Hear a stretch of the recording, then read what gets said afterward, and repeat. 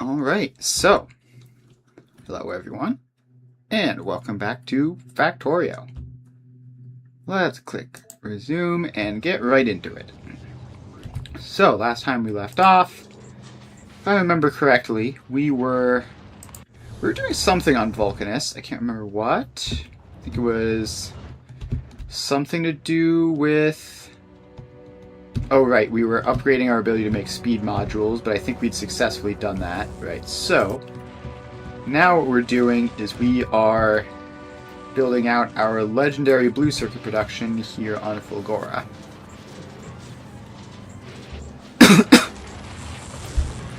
So that's going. So what we need to do is we need to get transport platform. And transport platform is already over Fulgora with a supply of modules, so let's drop those down. And that should be good.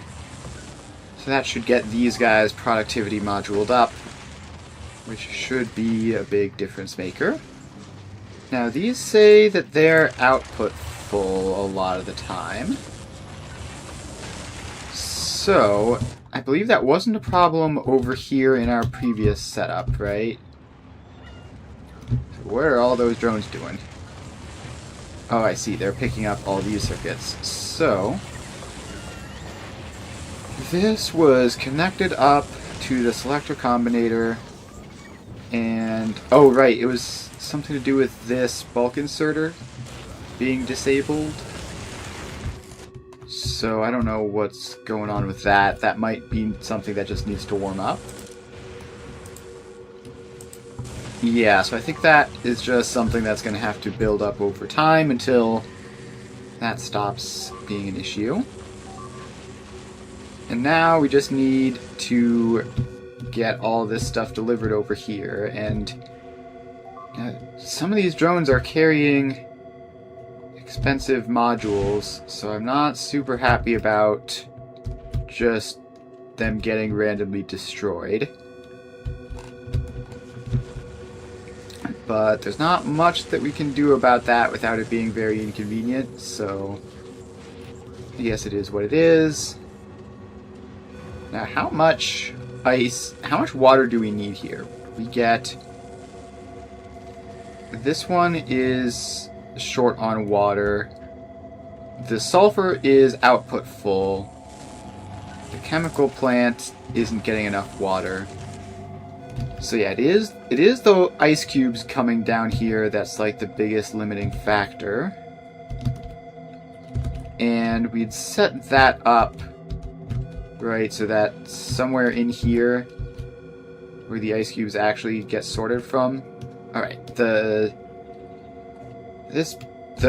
low density structures are broken, so that's fine. Oh, and then this ice cube thing doesn't have a drone port, so we're gonna have to get that in, and that's probably why it was taking so long, because it's not taking it from there. Alright, so the low density structures, they output a couple of things. So what we're gonna need to do is we're gonna need to find probably just this one and just copy paste that, bring it over to the low density structures. And let's see, we need to flip that vertically, I believe. Oh, and horizontally apparently. So that lines up like this. And then we click. Alright, so now that should all get built up. And hopefully that'll get the low density structures system working properly. And in the meantime, these guys got their productivity modules delivered. So that is all working properly as well. And then we just need to get a whole bunch of these, right? Just like fill up this entire island with them, basically, because they're going to be extremely slow otherwise. So, let's see here. we have... There's some way of... Okay, now we had this entire block copy-pasted, but we don't have just like one of these individual rows. So let's get you all copy-pasted. And then you need to be spaced out a bit so that the speed modules don't break things. So let's get that all in. And we just need to do that a couple more times. And this needs those pipes to go down that way. Alright, now we just need to bring the power... Oh wait, that's wrong. That last one is wrong. I didn't get these things in. So first of all, let's bring that pipe down, and I guess we better connect that up as well. So now if we copy paste this whole block and then line up the passive provider chests, then that should work. And that is as far down as that row can go. So now we get some lightning collectors in, and we're going to need to extend drone coverage as well. Alright, so that is all in, and all this stuff is getting built, and it looks like we have all of it except for some combinators down here. No, wait, now it's showing even more things is missing. So I can't tell what's missing and what isn't. Okay, wait, this entire thing isn't power line connected. That's probably part of the problem. So now it is. And now the only thing that's missing are the combinators, but there's only one of them missing. And now there's 5. What is going on? I don't understand. Just someone get these lightning collectors in so that the whole thing doesn't explode. So that... Okay, the lightning collector is built. And now we're like almost in the clear.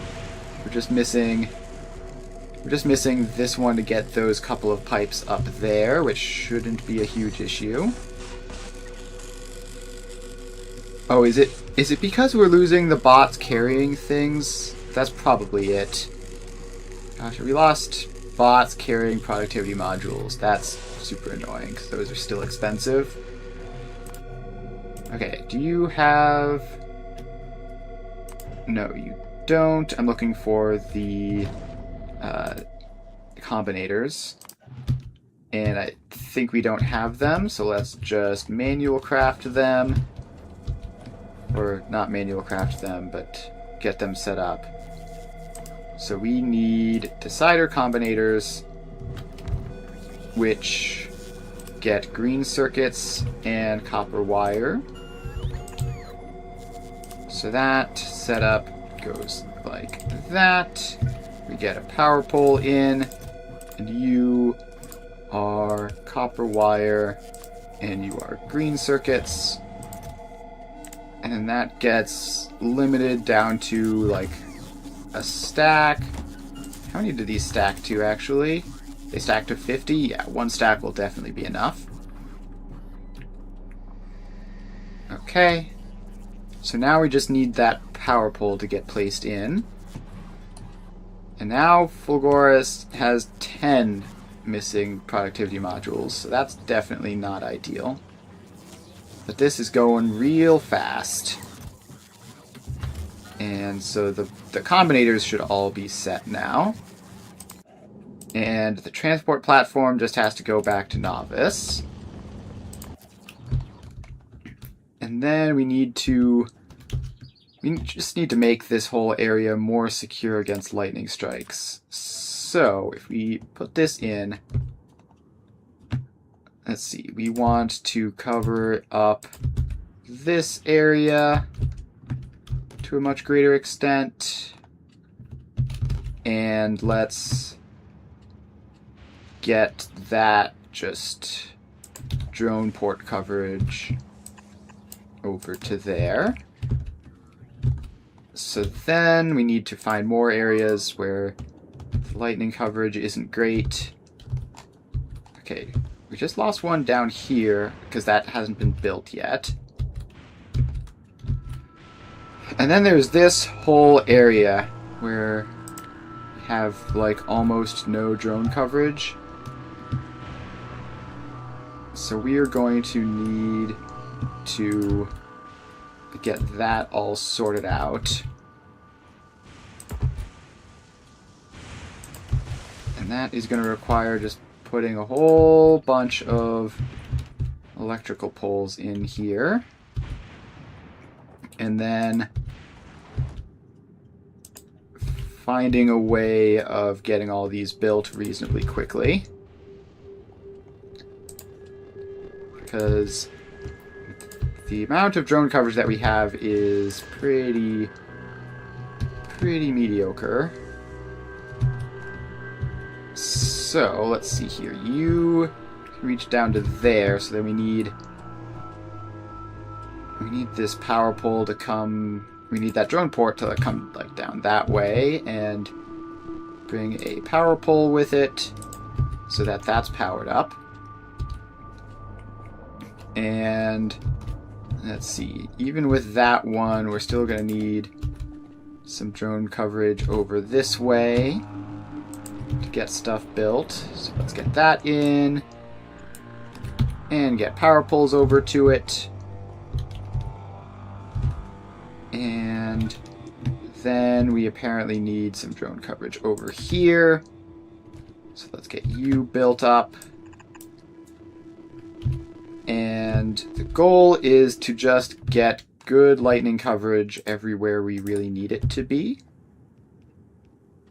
And that should prevent us from losing stuff. So we are probably going to want 2 lightning collectors in there, because that's a pretty big gap.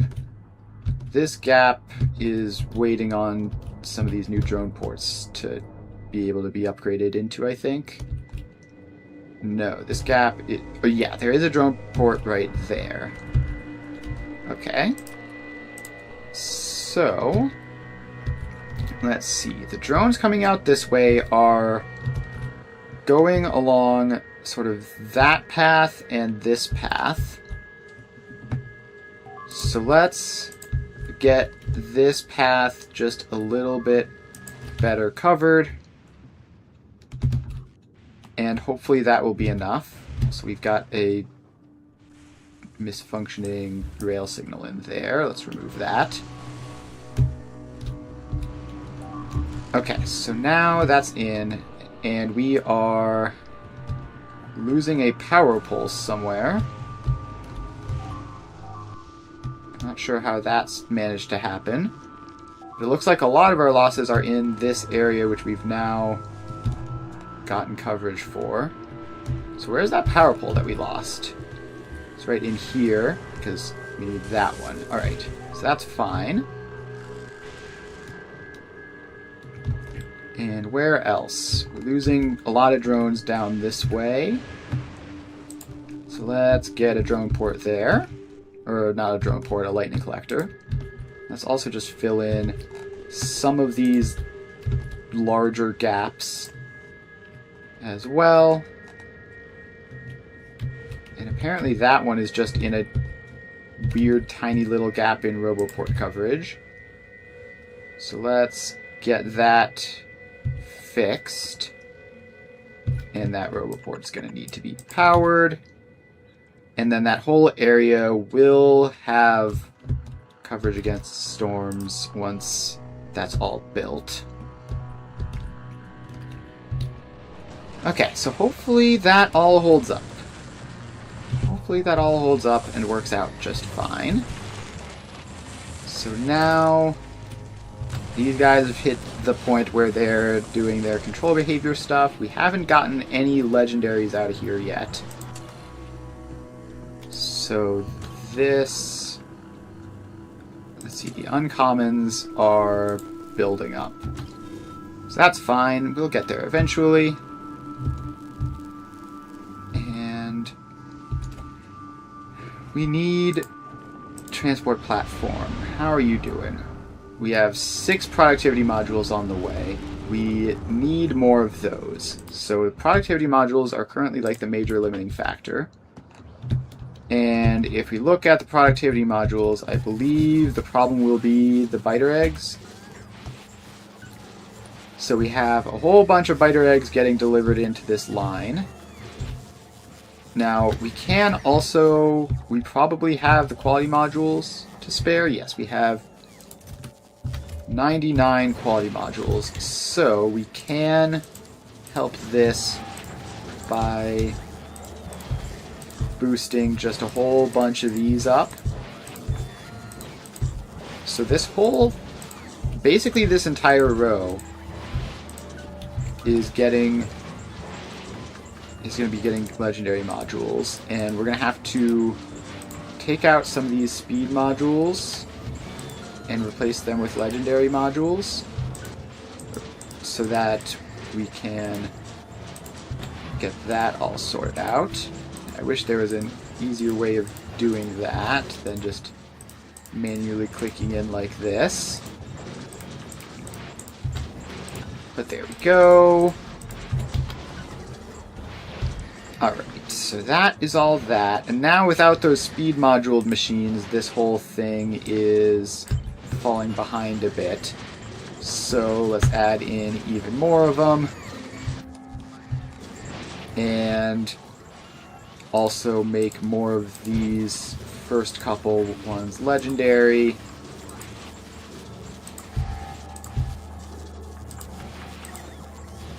Alright, so that all goes in, and we haven't run out of any building materials by doing that yet. So hopefully that will all work out fine. And there we go. Just need some cliffs to get exploded before a lot of this stuff can be built.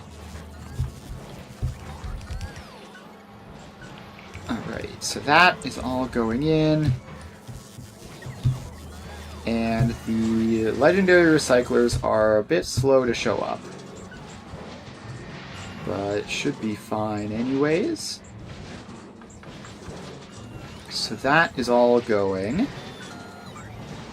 We have some of the modules showing up. We just need this belt to get all of these guys going. So that is taking a while. It's definitely taking quite a bit of time. How is it that the one belt, which is like the most important belt, is also like the last belt to get built? Please. Someone. It's literally the last belt. Okay, there we go. So now all of those are going. And this whole setup is getting built, but now even Novice is low on legendary quality modules, so that's not good. So we will just continue to get these upgrades in, just like that. And apparently Vulcanist Support 3 has ran out of space.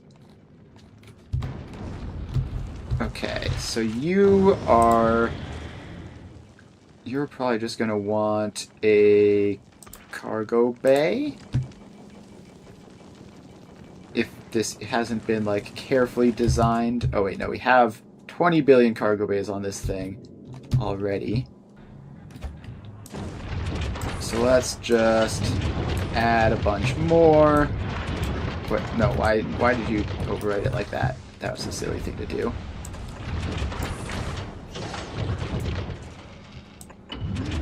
Alright, so that hopefully will fix that problem. And And we might have broken the solar power grid by doing that, but it looks fine. So how have you filled up with junk? You have a whole bunch of legendary copper and iron on you, so maybe that's part of it. Who knows? It's a bit weird.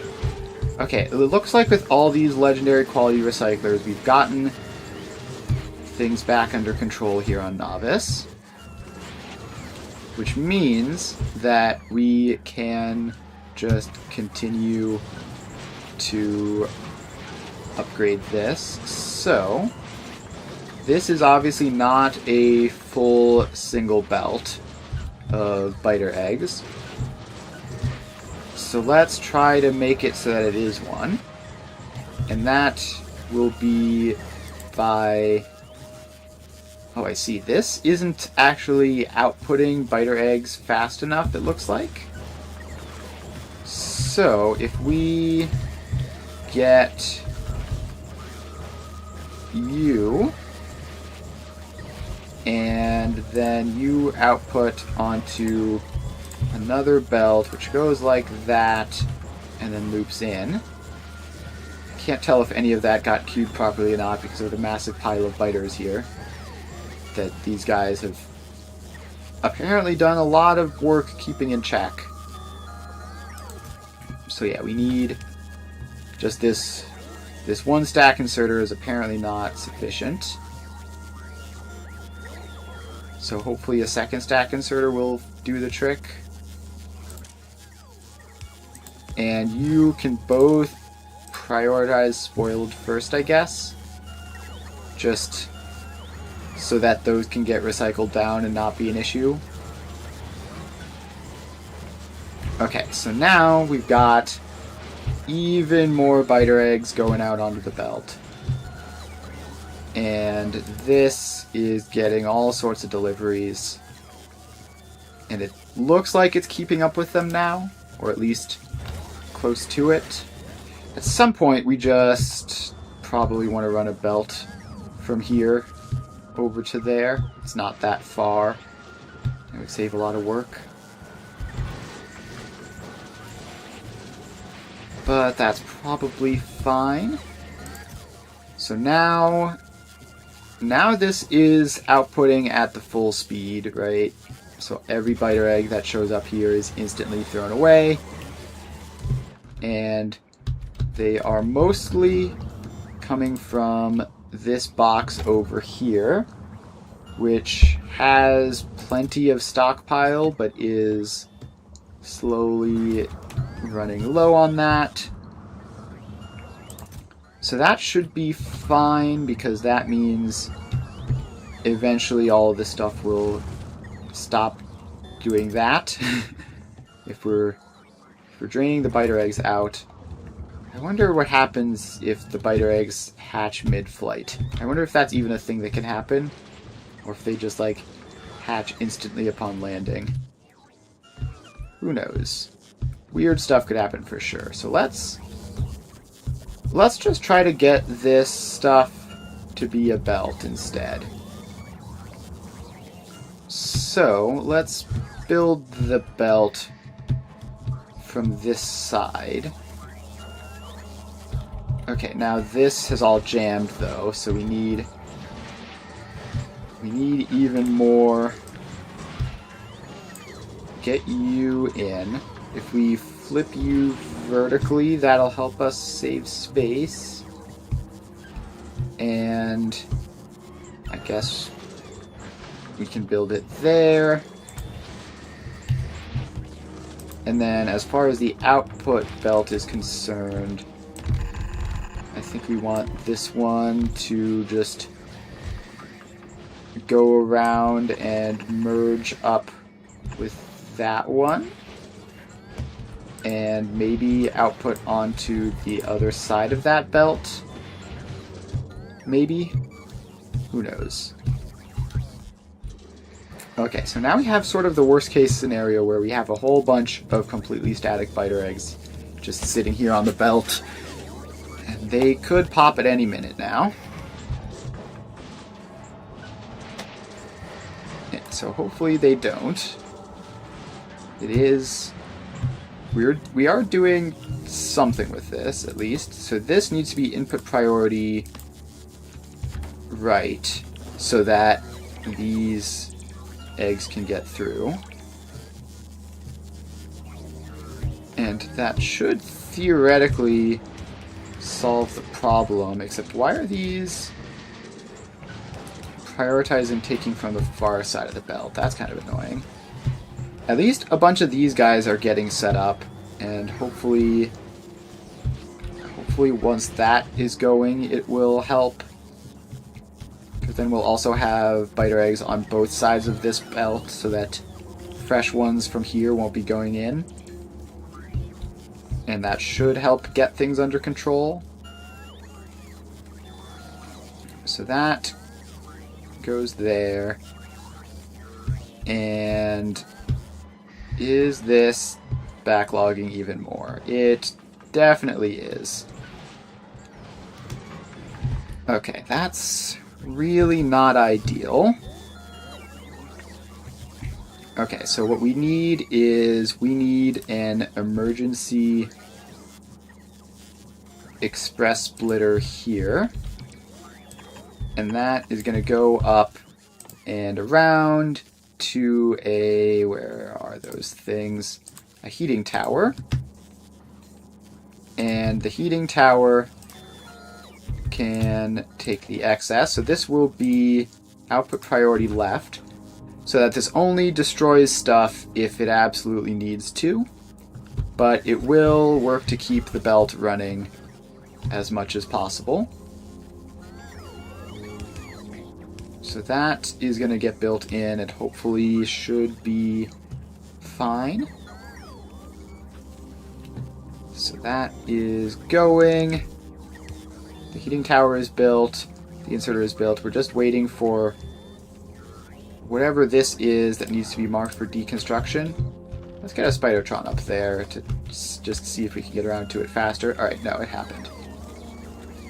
Okay, so that is doing some stuff, but we need more heating towers to be able to deal with this in a reasonably time-effective manner. So let's get another 2 and hope that that's enough. Spidertron is still on its way, which is bad because we definitely need this problem to be solved soon. We might even need the Spidertron to help defend against some of these eggs hatching. Okay, so those are all in, the belts are all in, and now we're just waiting on the inserters. Alright, so now we have 3 heating towers worth of destroying spare biter eggs. And just like that, the whole thing is more or less running again.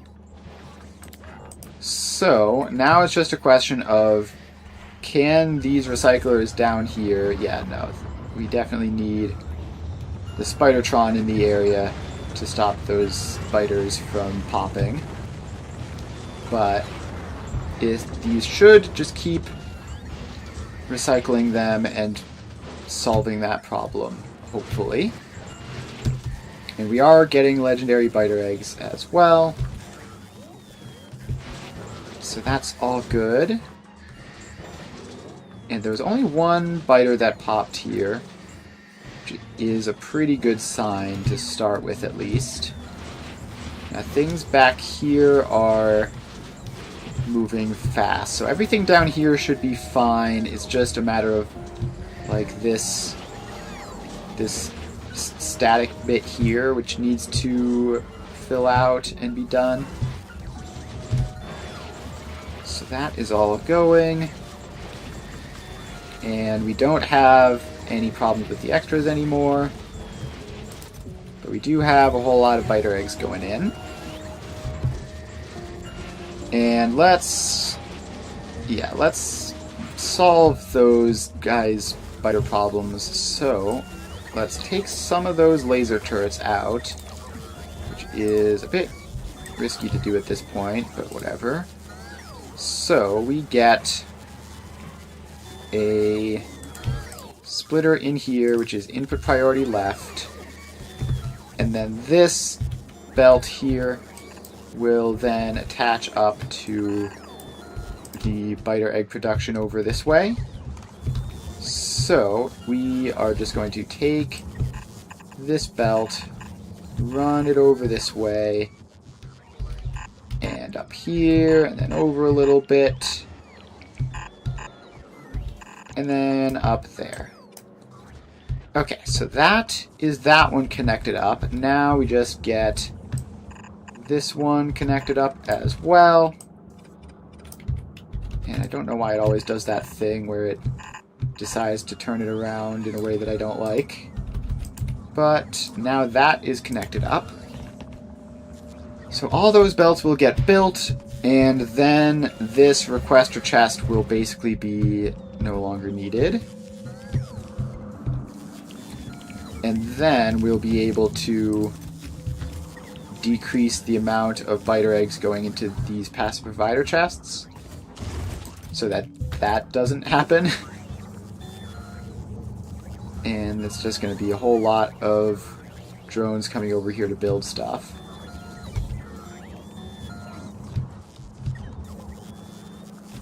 Okay, so then these belts actually also need to come down and in there so that all of this can connect up instead of being this weird two-sided setup like that.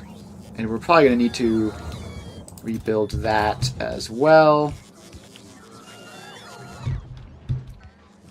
Alright, so that is all going.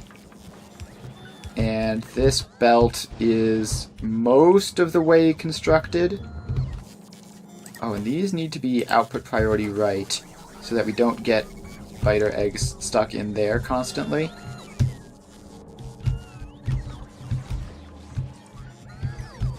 Alright, and then that needs to be output priority left for the same reason. So we never get biter eggs just stuck waiting. So we've got 2 biter eggs in there. Okay, but we're still waiting on legendary red circuits as well. So that should happen eventually. And now we have biter eggs coming in from here. So now next step is to dismantle those 2. And you are going to lose your request. And then we also dismantle these bulk inserters so that no more biter eggs go into these passive provider chests. And all these biter eggs are just going to go out somewhere else where we don't have to deal with them. And let's just get that in so that those couple biter eggs there don't have to be a problem. And this should be all set up. Let's get some of these laser turrets that I dismantled earlier. Let's get those rebuilt.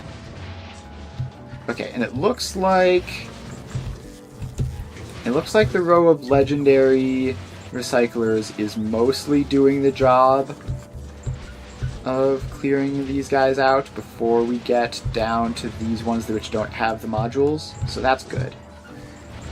So there are certainly some that are getting through and being wasted on recyclers that can't actually get the upgrades. But it's now looking like it might just be a belt speed limitation. So let's get that whole area upgraded to turbo belts.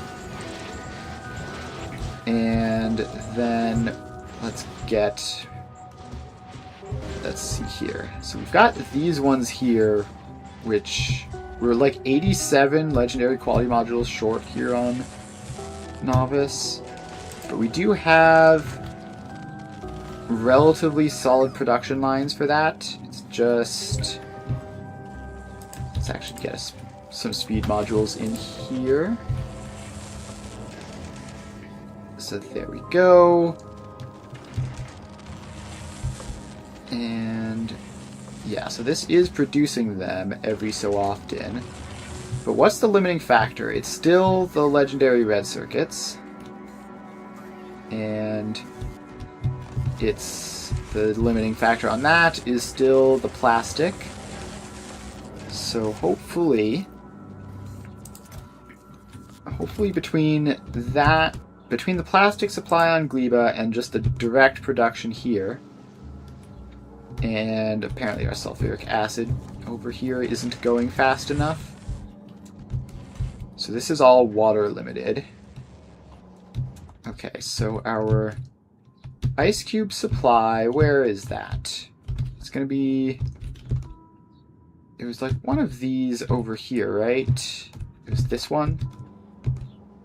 Okay, so our ice cube supply is fine. We got 2.4k in that passive provider chest. And that is connected up, right? It is. So I think we just need... We just need more drones doing that, I think. Because it's very much limiting everything over here. And you might also just want to, if we just put a train in to bring excess ice cubes, that would also be fine, yeah? Yeah, let's just do that. So we don't have to do drone ports nonsense for that. You're going to bring in a train, and we need to get that whole area copied, basically. And then we should be able to just squeeze it in there with a bit of foundation, but that's fine.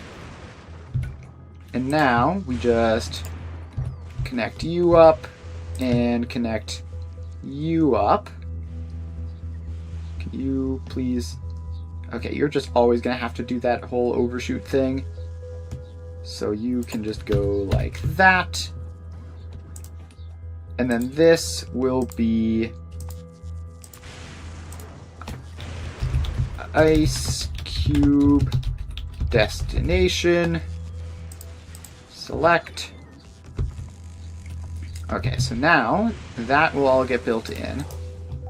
And we need to fill in some of that area where I don't actually know why we needed the Spidertron to do that construction, but apparently we did.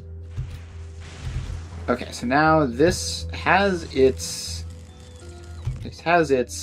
signals in, right? Does it actually not? Is there a train signal past this point? No, there isn't, and there needs to be.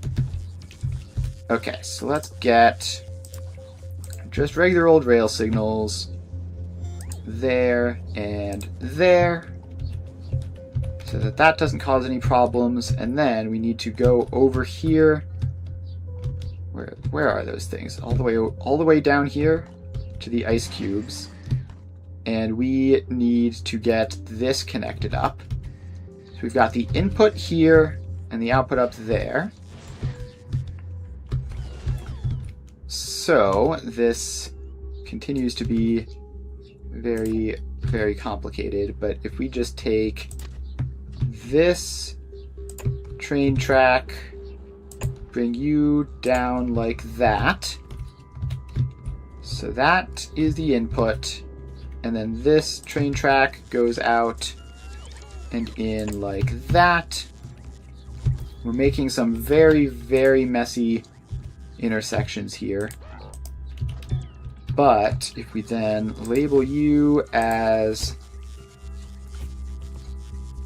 that, but not quite, ice cube supplier, probably. What do we call the blue circuits. Yeah, supplier. So we get that in. And we get a train. So train and 1, 2, 3, 4 wagons. And this whole area should be all set up. So I think we had determined we need a rail signal there. We have a chain signal up there, so hopefully that's fine. And now this whole yellow area is one massive signal, and that's not good. So we need a rail signal coming out of that intersection, first of all. That's just like an unrelated thing which we need to fix. And then... oh, this whole thing is such a mess. Okay, so we have... this gets a chain signal there. And we get a rail signal here. I really should get rail signals on the hotbar. That would make things a lot easier. Okay, then we've got this whole separate loop down here, which you have that signal, and then you need your rail signal coming out of it. And then up here, we need a chain signal going into that whole intersection. And then hopefully that does it. Hopefully that's all good. And let's also just check.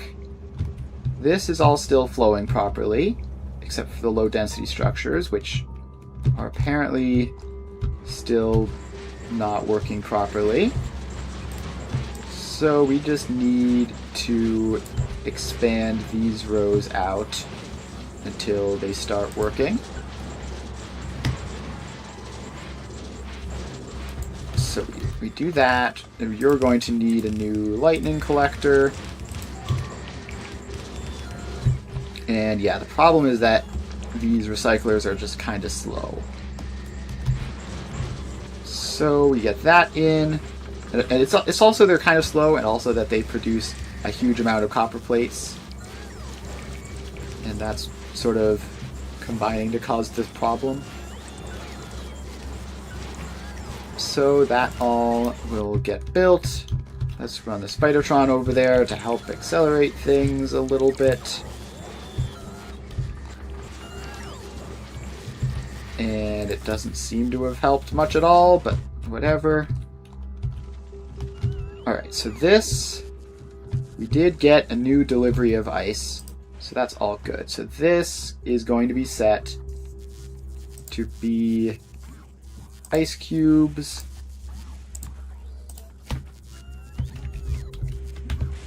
So ice cube, not ice oops, and I normally do uppercase for these.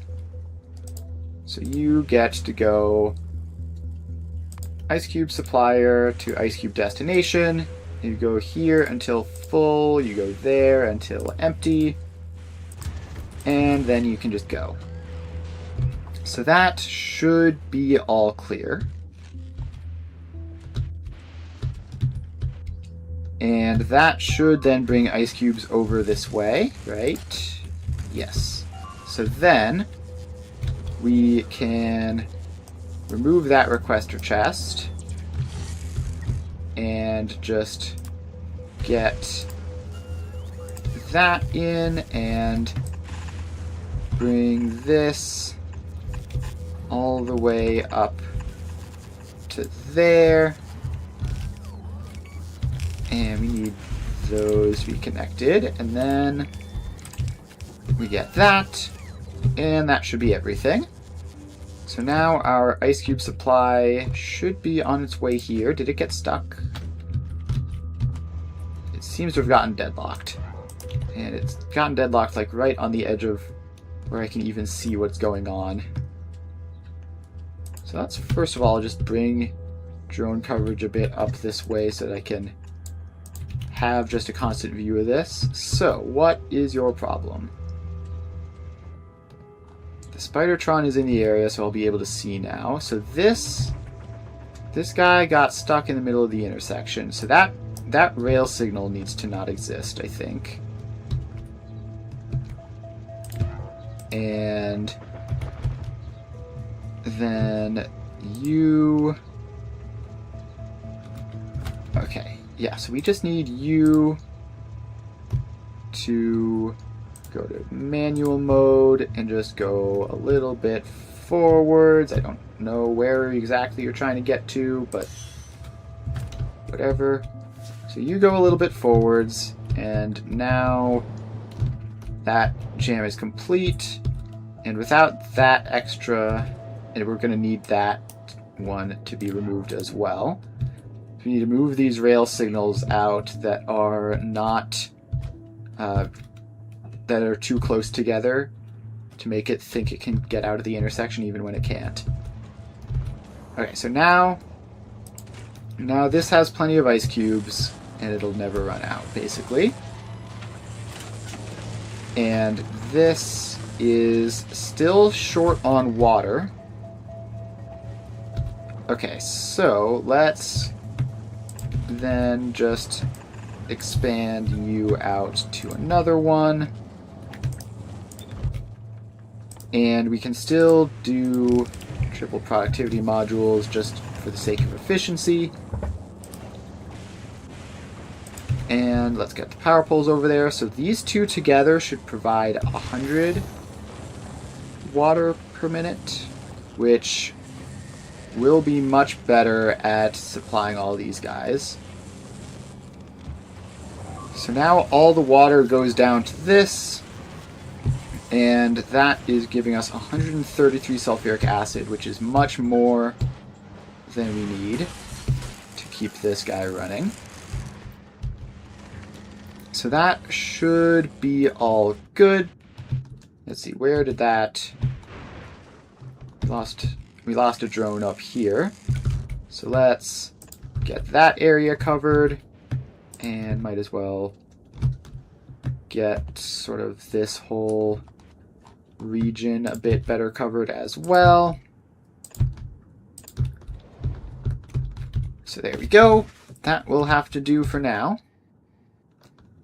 And Fulgora still needs productivity modules, which we've got another 18 of here. So let's send that down to Fulgora to get that running again. And we can just continue expanding this out, right? The only thing we're wasting are the blue circuits and a little bit of sulfuric acid. And that's fine.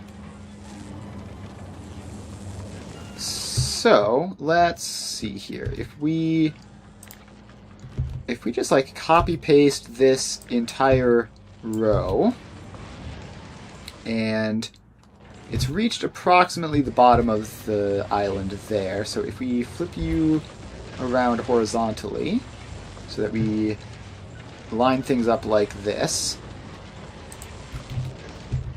So that goes in, and the input belt flips around to face upwards. Then we just take this belt, connect the blue circuits up. Then we take this pipe, connect the sulfuric acid up. Then that should just straight up double, I guess technically slightly less than double, our production over here. Okay, so then the other thing which I wanted to do was I don't want to have all these expensive legendary stuff traveling on super long drone trips. So can we get a rocket silo in? So rocket silo, I believe, yes, we can't just bring those over via rocket, so we're gonna have to craft it on site. But surely that means we must have crafted it on site before. So if we go up here, this is all good. It needs electric engine units. So, transport platform has electric engine units, actually. And it is on its way anyways, so that should all be good.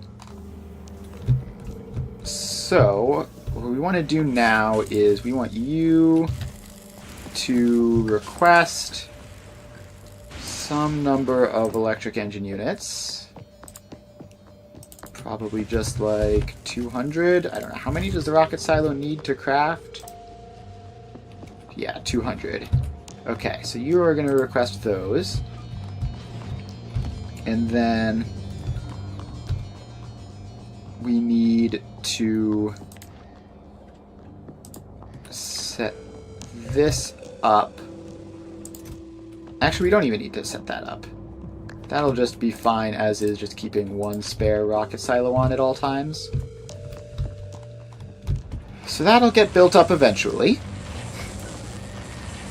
And Fulgora has all the quality modules it needs, and those are just getting delivered. So those are just getting delivered down to this one.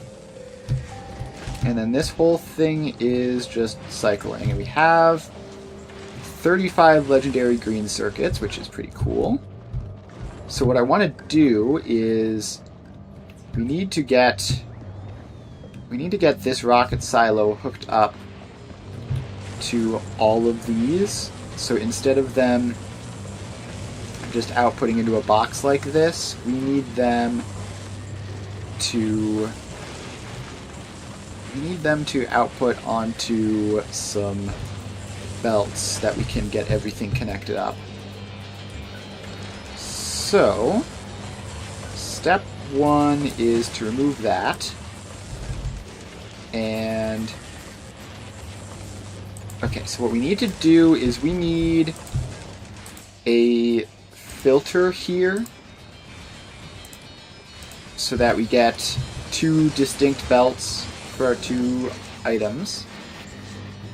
Then we need these to run out this way and up, probably. Okay, so we got that.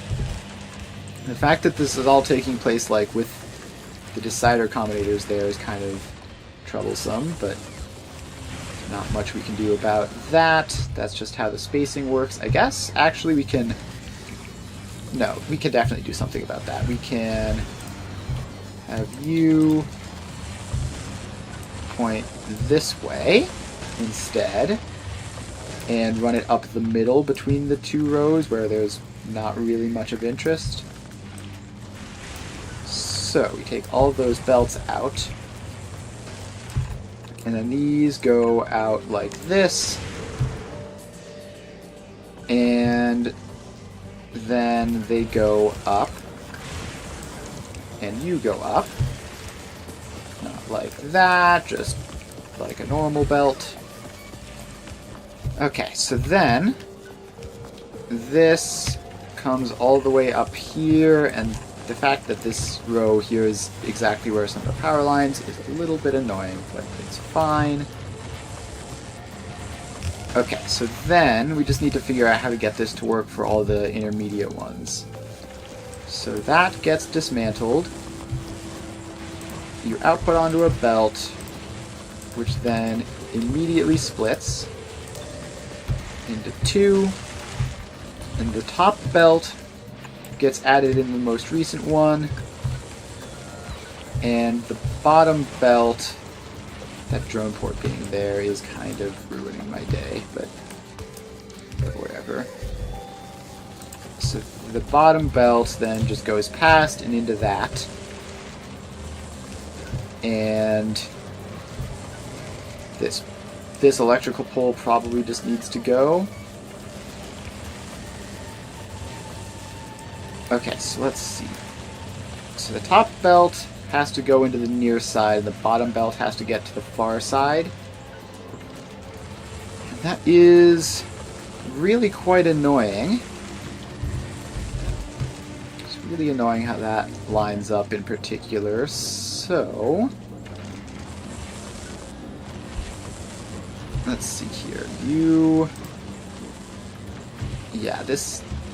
Okay, we can just underground belt that. Or underground pipe that. So that gives us some more space.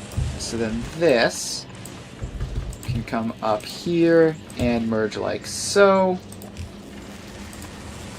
Then this one can scoot down a little bit and then merge up like that. Okay, so now if we just copy paste that whole thing and get that to line up. I'm going to put in a random extra roboport, which we can dismantle. And then we just need to copy paste this on each setup. Like that. And then we get our two belts, which, it's not that one, it's this one, and this one, which go up together. And that can accumulate all of the legendary items. And then we just need to get this top one in, and then do the same thing for the other side, and then combine them all up and put them into our rocket silo, which we do officially have a rocket silo here.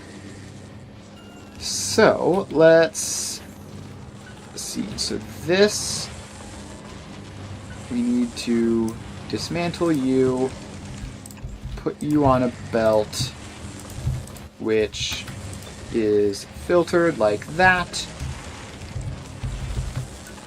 And then this is the top one, which means it's a little bit irregular. So we're going to need to figure all that stuff out. Okay, can we just have this sulfuric acid connection down there instead of up here? That will save a lot of trouble. So that could just be out of the way. And now we're up here. We have the same sort of setup where this one has to go underground pipe like that. And then you go up. Actually, we run out of space there. Although we can fix it barely, so that pipe is up there instead of down here. And then we can take that out, put in our splitter, and then you go over there. And then for the legendaries, we need that underground belt, and then you wrap around into there, and there we go. Okay. So that all works. Now we just need to copy paste this entire row, rotate it horizontally, get everything all lined up, and build that, overwriting all that stuff. And then we make sure that that belt runs upwards again. And then we need to connect these power grids back down, because that got disconnected at some point in this whole process. Where's our Spidertron? It went up somewhere to do some work up there. So we need the Spidertron to get back down here. So now all this stuff is getting built, and it should be fine. So the power is back in.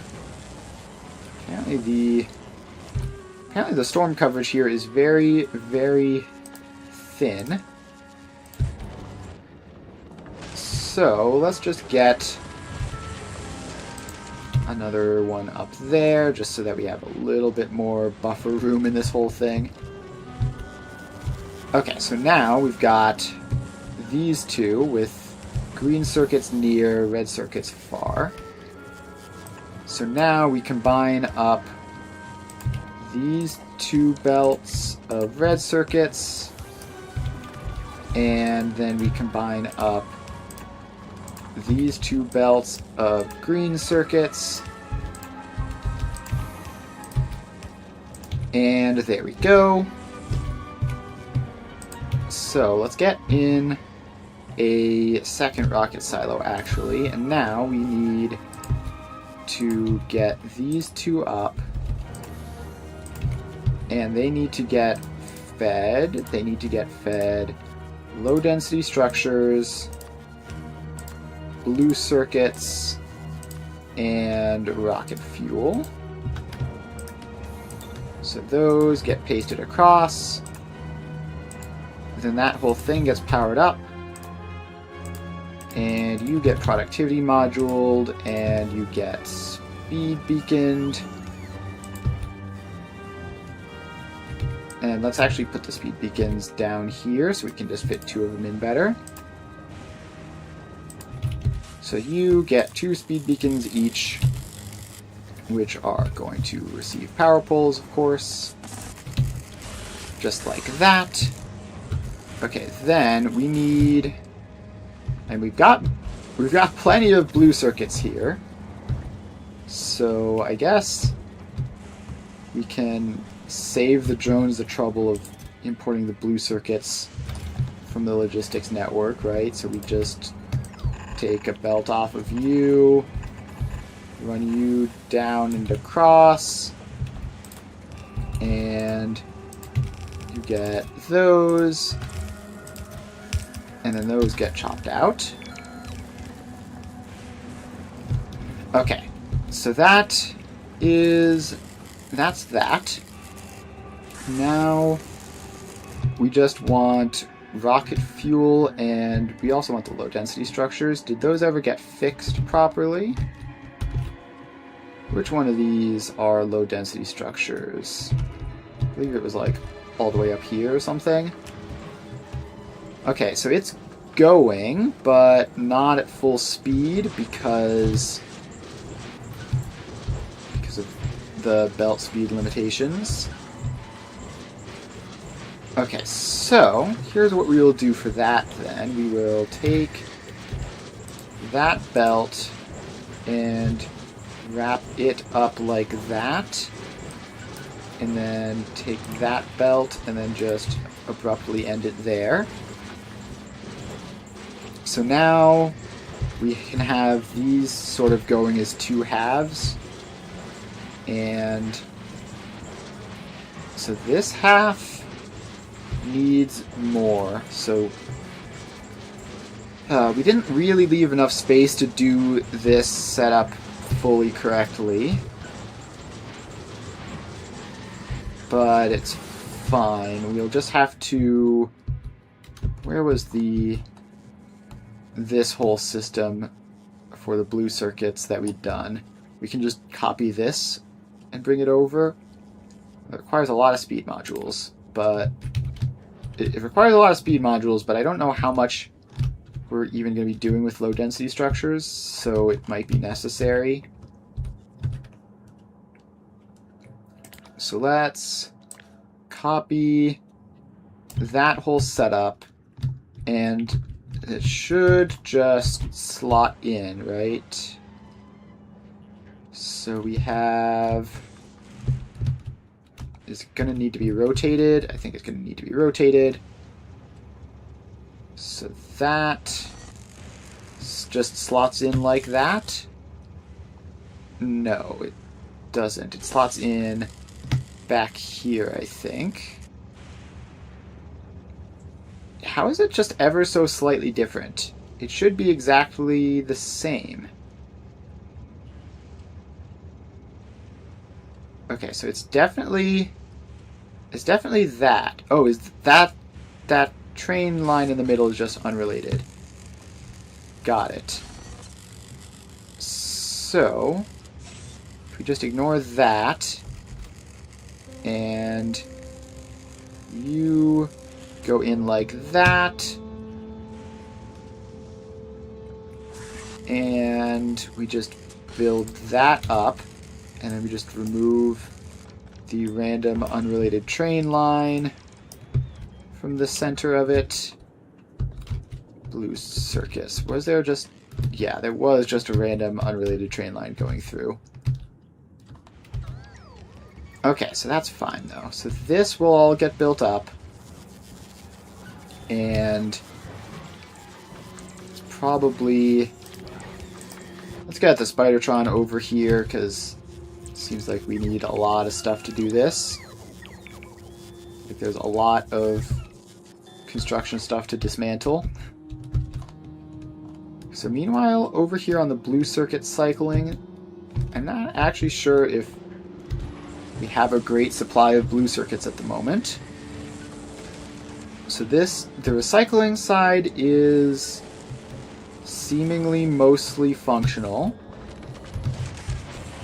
So we've got plenty of green circuits on this top belt and like a tiny number of red circuits on the bottom belt. So now we just have to take a branch from each belt and just feed it into here. Might as well use stack inserters, although I don't think it matters much. So that should be sorted. So then the rocket fuel, we're gonna need to set these to bigger numbers because of the distances involved. But it should be fine either way, because they're not going to run super often, especially not the red circuit one. So that's all going. And we have this setup, which will automatically launch the red and green circuits that we provide. And then the rest of this is just slowly building up the rockets to do that with, which should be easy eventually. Okay, so all of these guys, I don't know why they're all trying to wait to build something when they really should not be doing that. And now I have to carefully select them instead of, so that I don't accidentally dismantle the recyclers underneath. Alright, so that's all gone. And alright, so this system is working kind of, but it's not going very quickly. It's not going very quickly at all. And that's still just because most of these guys are target full most of the time. So, let's see how we fix that. We need to not limit the copper plate output mostly. The copper plates, and to a lesser extent plastic, have massive outputs relative to the inputs, and that is causing the problem, basically. So, these ones over here are no ingredients most of the time. So if we just do that, that will help a little bit. It won't be perfect, but it should help these guys get their outputs, and it should help these guys run more regularly. So sort of what we did previously, except now we have way more going. And then I think also, let's see if this will work. It might cause problems, but the Spidertron is right here, so it should be an easy fix. So if we just have you output to the opposite side of the belt. Does that fix things? A little bit. Not really. Yeah, this whole system... We've got two lightning collectors directly adjacent to each other. This whole system is very much just struggling to get the output of these to go anywhere. So that's our fundamental problem. Is transport platform back? Yes, it is. So you can drop off more productivity modules to get those installed. That'll help over at the blue circuits. But then the main thing is we need to redesign this so that it's not completely broken like it is. And we are kind of dealing with the low density structures, but again, it's just real slow. So let's see. In order to redesign this, we need to basically just have these output in smaller chunks than they currently are. So sort of like what we're doing here, except much better. So let's cut that entire thing and just sort of move it up a bit so that we have space. So now we've got this, and each one of these is 8 copper plates out. So that's 8, 16, 24, and these belts are 60. So like 4 of these at a time would fill up an entire belt. So you go like that, and then we need to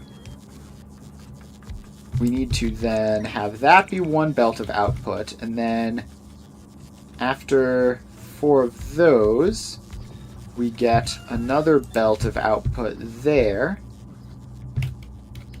So we're splitting this into 2 separate output belts, both of which are full-ish.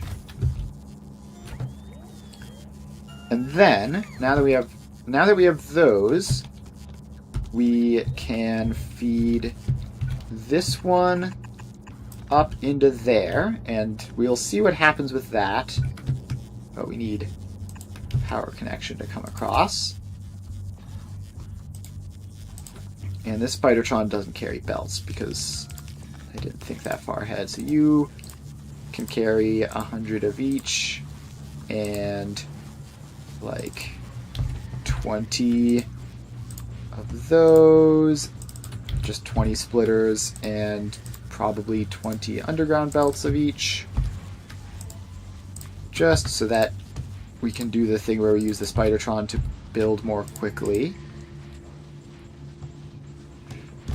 So this just this half is doing enough output to feed all of this row. Although part of the problem is that this...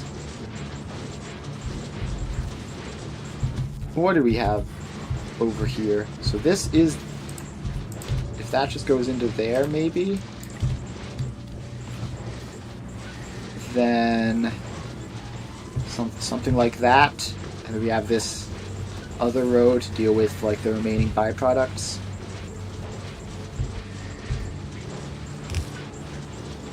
So we do something like that, and this last row is able to keep up almost. And then that anything that doesn't gets filtered back into here. But this is working, right? So all these machines are working at full speed or very, very close to it. And these machines also seem to all be basically working at full speed. We can fit... Because previously there was like a random hole there for trains, so we can fit 2 more recyclers into that row. And we can also fit like 1 more recycler over here, I guess, as well, just to make all this work out just a little bit better. And we don't need all these random long-handled inserters. So we take all of those guys out. And hopefully this one more recycler will be the difference maker that lets the whole system run, because currently this is starting to backlog again, although it's also because of lacking power. So that one doesn't have an inserter either. Alright, so with all of these guys running, and this guy about to get its speed modules that'll make it go 3 times as fast, we are very close to this entire half going at full speed. And then we will be able to just double this, put another one of these rows in. So let's just copy paste all of you and put you up here, preferably somewhere that doesn't conflict with the train network. So that can all go in, and the Spidertron is going to make this process a whole lot faster. Go Spidertron. And so then we just need to take this turbo transport belt, run it all the way up and into there. So that should be everything we need. It'd be nice if the Spidertron could get assigned to pick up more of this junk so we don't have to wait for super distant drones before any of that stuff can even get queued up. But it is what it is. And so now, once this second half gets online, then we'll have all that stuff set up and ready to go. We have a lot of legendary quality modules there. I know we also have a lot of them just here in general. So can we find where we've put those? No, we cannot. Okay, we've got 17 there. We've got 48 there. And that seems to be mostly it. Also, the fusion power cells are starting to run a bit low.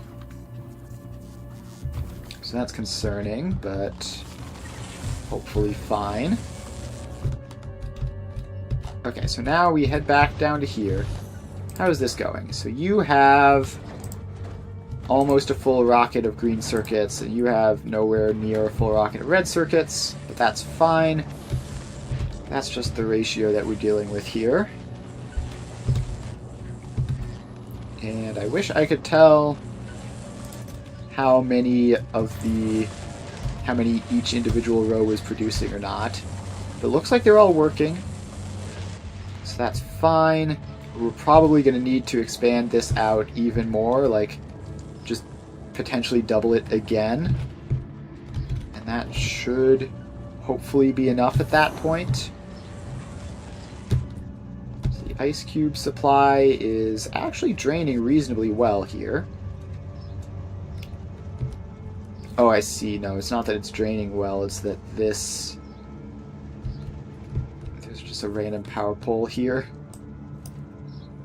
That random power pole can go away and get replaced by a belt so that can all work out, but it also seems like this entire half... Oh, right, that's just because of how the inserters prioritize things, that it takes from the nearer half. Alright, so that's fine. So this is all working, and hopefully making a whole lot of output for us. And then we're going to need... Let's see, are these running pretty continually? It looks like they are. So then we're going to need to just expand this out even more, get these productivity modules in. Those are important. And then that should be good. So check back over to this. and it seems to be more or less working. We're a couple speed modules short, but that's fine. So the transport platform, we can bring you back to Novice for another resupply. And how is our productivity module supply going over here? The fighter eggs are all working. No problems there. These passive provider chests have fully drained at this point, which is good. And we have a much better supply. Yeah, we're up to 12 productivity modules now. That's much faster production than we've had in the past. And it's not the biter eggs that are the problem anymore. It's back to the red circuits being the shortage. And the quality... Okay, so the legendary modules in here are pretty costly. So we definitely don't need all of these at this point. We can use more legendary recyclers in there as well. So this is our legendary coal supply, and it's still doing its thing. This machine has made 12,000 legendary plastic. That's pretty good. It's a pretty good number. How many has this made? This has made 500 legendary productivity modules, which is quite a lot, actually. I assume, yeah, like 1,000 legendary quality modules. That's going very well. So Fulgora support. You are over Fulgora, of course, and you have 96 red circuits in rocket silos, and you are set to a limit of 1. So that is fine. Then the electronic circuits, by contrast, we've got so many of those that I just don't know what to do with all of them. I guess we should go over to Novice and, like, should we just... Yeah, I think actually there's just no realistic reason to be producing legendary electronic circuits on Novice anymore. Like, producing the legendary red circuits here is still nice, but the green circuits certainly we do not need. So we can just fixate entirely on, yeah, then you, same thing. We can just entirely rely on the drone network to provide us our legendary green circuits. And you're heading back. You've got some legendary processing units, but mostly the green circuits at this point. It feels like this process gives way more green circuits than it does red circuits, and I don't know why that is. Probably just weird number stuff. Let's head back over, because this is like the earliest sort of demo version of this. And you have a box almost entirely filled with legendary green circuits. And that is somewhat concerning, because that's not leaving much space for the red circuits to be. And is this the same way? Yes, it is. Okay, so we need to do something about all those legendary green circuits that are going to be piling up from now on. Also, why are these... Are these like on separate grids somehow? Yes. We need a connection there so that these guys down here can get connected to the main grid. That's funny. So that was just powering this one roboport, I guess. Okay, so this system, for whatever reason, produces proportionally way more green circuits than red circuits, or Or maybe it isn't even that. Maybe it's just... No, it definitely is that. Like, we can actually check the numbers here. So on the uncommons, there's proportionally more red circuits than greens by like a 2-to-1.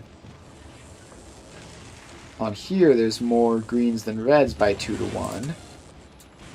I don't understand how these numbers work at all. I do understand that we have a bit of a problem with how this setup is functioning. Especially if we can't find something to do with all the legendary green circuits. Because this is... Let's see, so we've got 112 there, and that's like 1,400 or something.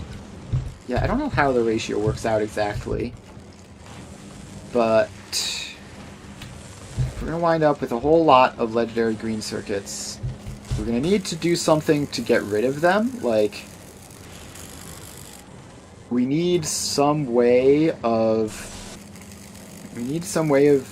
just potentially getting rid of the spares, because the red circuits are what we really need from this.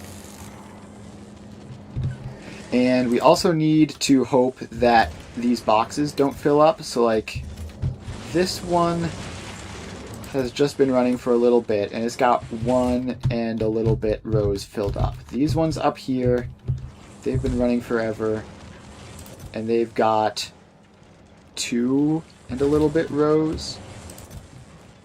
So we need to hope that that doesn't keep happening, that we don't just keep getting these disproportionate amount of green circuits. Because if that is going to be a problem, then we're going to need to update our system to just work completely differently to try to get rid of all the extras, which is going to be really annoying. Okay, so you are back down to Novice, where we apparently have launched up all of our productivity modules. You're still short on legendary red circuits. It's always the legendary red circuits that are the problem. So, back over to Fulgora, everything's normal.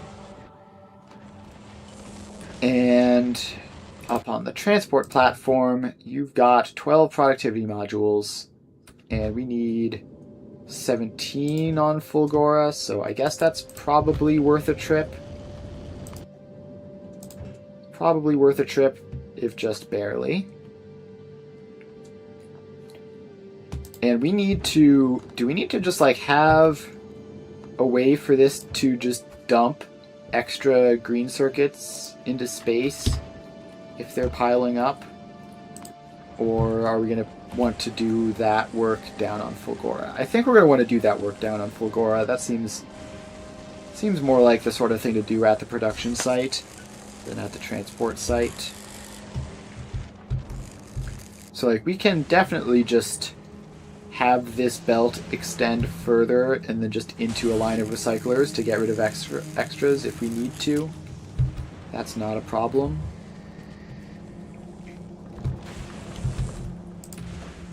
But we should at least get a box set up in, so we have something like that. That power line goes away just to get moved slightly. And then this one, so yeah, we're gonna be bringing you down into there and across all of those. And apparently that power line is just barely too small to fit all that. So yeah, now we'll be able to store up a whole bunch of extras, and we can do the same thing for the red circuits, although it'll be less necessary. So we just get some bulk inserters in there, and that way we can store any extras if the rocket gets filled up. And these are rocket capacity 1,000, these are rocket capacity 2,000. So at least we've got that going for us on the green circuit side of things. But yeah, I'm not at all confident that these boxes aren't going to fill up with extra stuff. It's hard to tell exactly what the numbers are supposed to be. Okay, Spidertron is here now. You're a little bit late, but you don't even have the steel chest that we would want you to be delivering anyways, so sort of futile, but it'll be fine. So we have almost a full rocket of green circuits. We have nowhere near a full rocket of red circuits.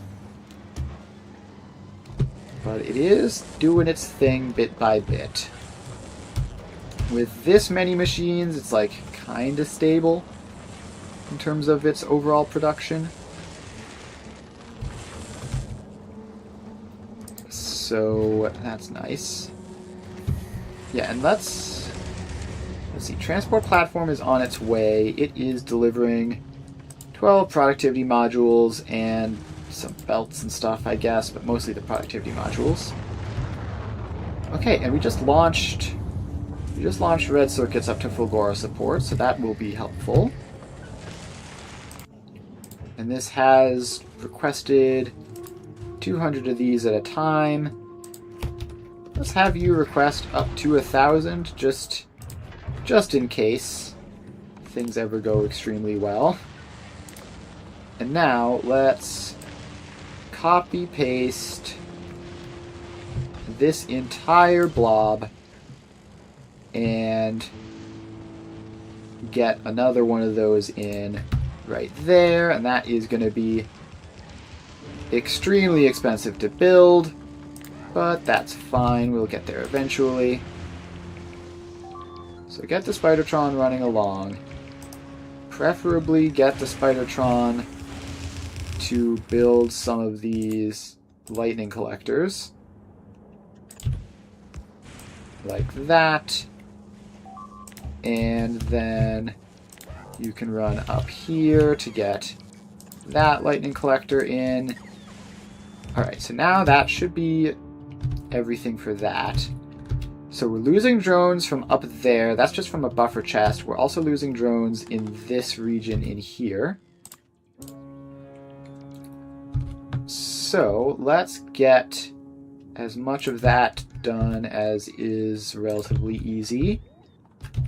I think we probably want to expand a drone port just all the way up to there. And that's about as far as the ground will go for that. But that should help us get our lightning collectors in this area. And now all this is getting built, and we're about to start discovering how many modules we need. It's probably going to be a lot. That's fine. So then we need to copy paste. We need to copy paste this whole segment there. Flip you horizontally. And how do you go in? You go like right here, basically. So that connects up like that, and then I assume it's just nice, easy setup like that, and like that. Yeah, should be. So this one connects up. So yeah, the inside ones connect up, and the outside ones connect up, so that should be everything. And there's a whole lot of drones charging here, and Fulgora is apparently short on underground pipes. That is a surprising thing to be short on. Are you crafting regular pipes here at all? Pipe. No, apparently not. Okay, so let's just get those crafted in then.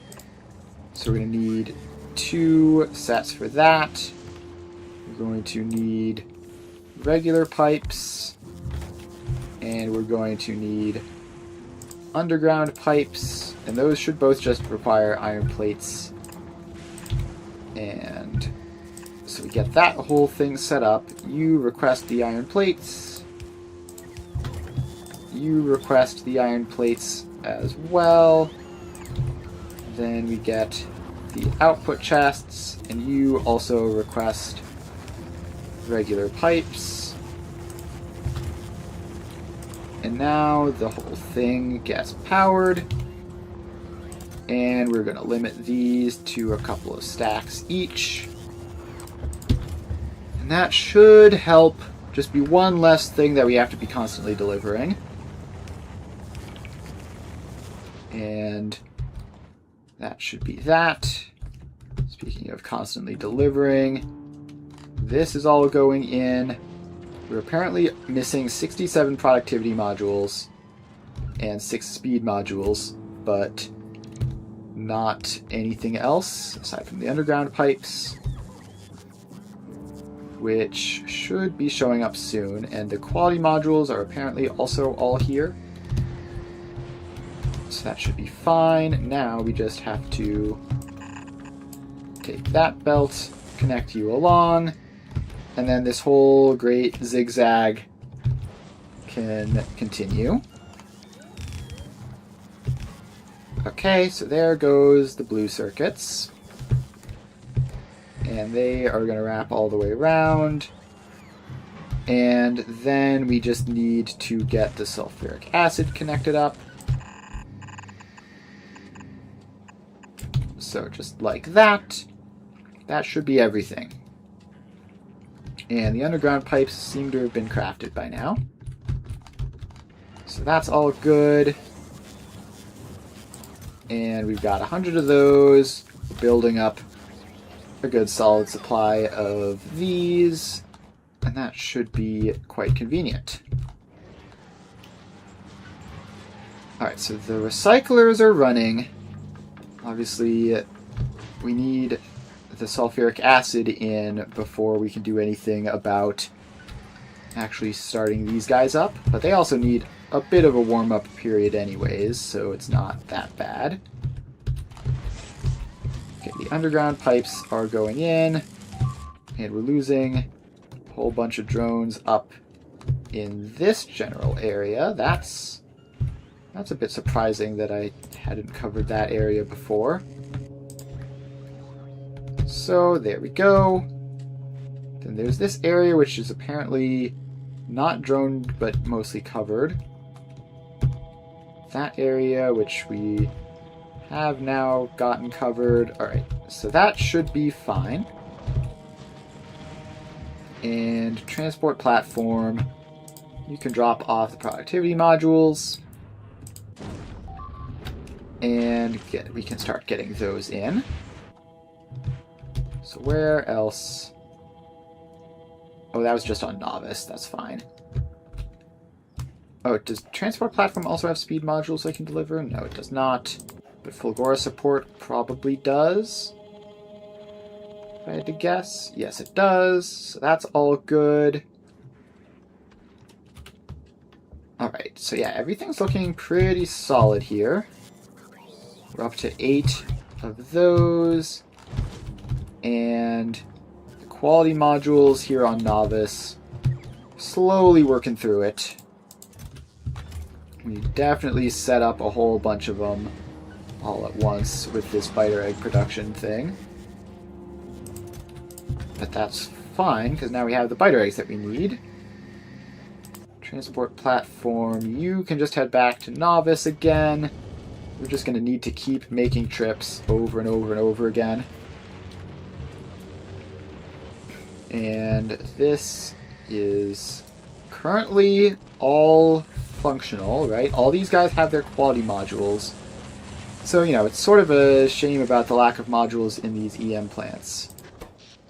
But at least they are going to be doing something. And the sulfuric acid has connected across. And so these should all be running properly.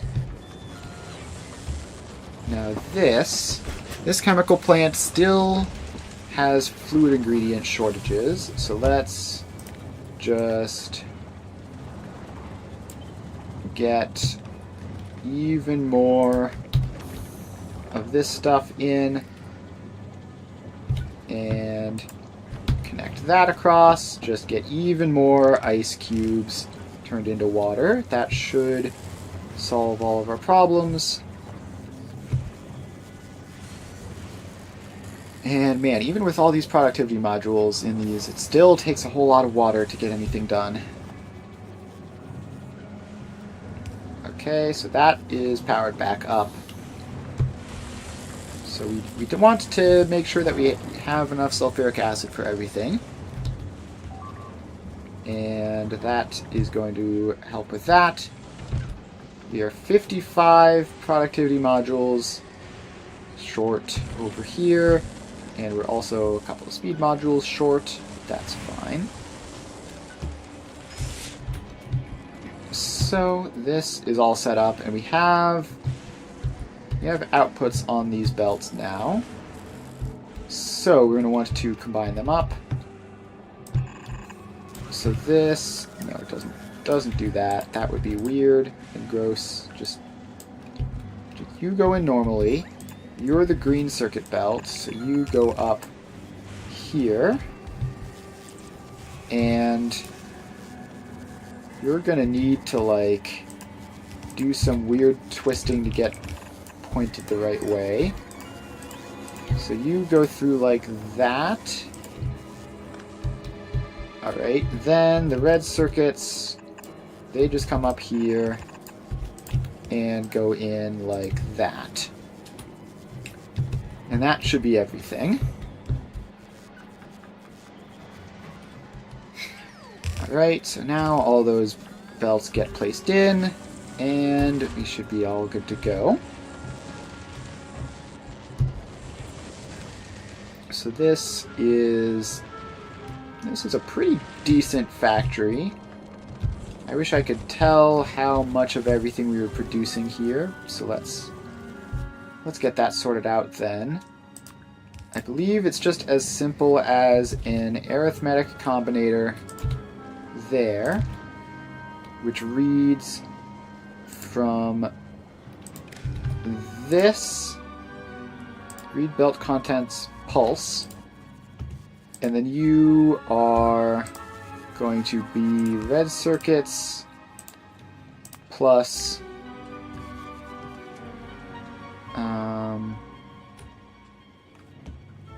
so it would be red circuits plus an equals sign, and then we output the equals sign, and then you feed into yourself.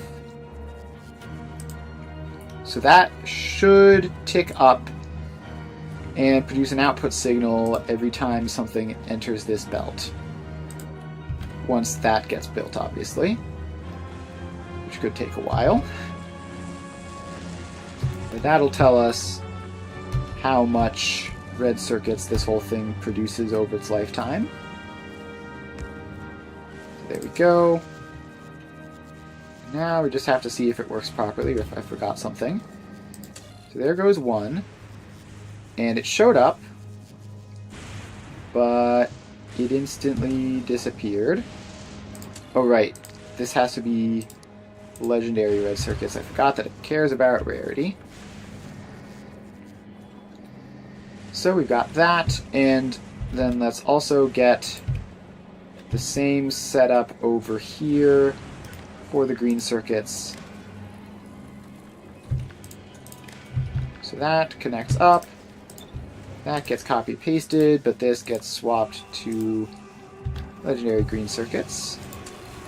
So yeah, this is counting up to 5 and 6 and 7 and yeah, so that's counting up, which should be good. So I wonder if we can just output like if we could just like output a fraction of these two just to show So the ratio should be 10 to 1, right? Because this is 9.47 to 0.9. So it should be a perfect 10 to 1 ratio. So if we get in something like you, so you take equals sign times 10 and output as legendary green circuits, then if we feed those two into there and you do just like a subtraction of those, or wait, no, it's supposed to be the other way around, right? This is supposed to be the one that's multiplied by 10, not you. So that connects into there. That doesn't connect. That connects into there. That doesn't connect. That connects into there. So this is equals sign, because that's what we had it as over there, times 10, and output as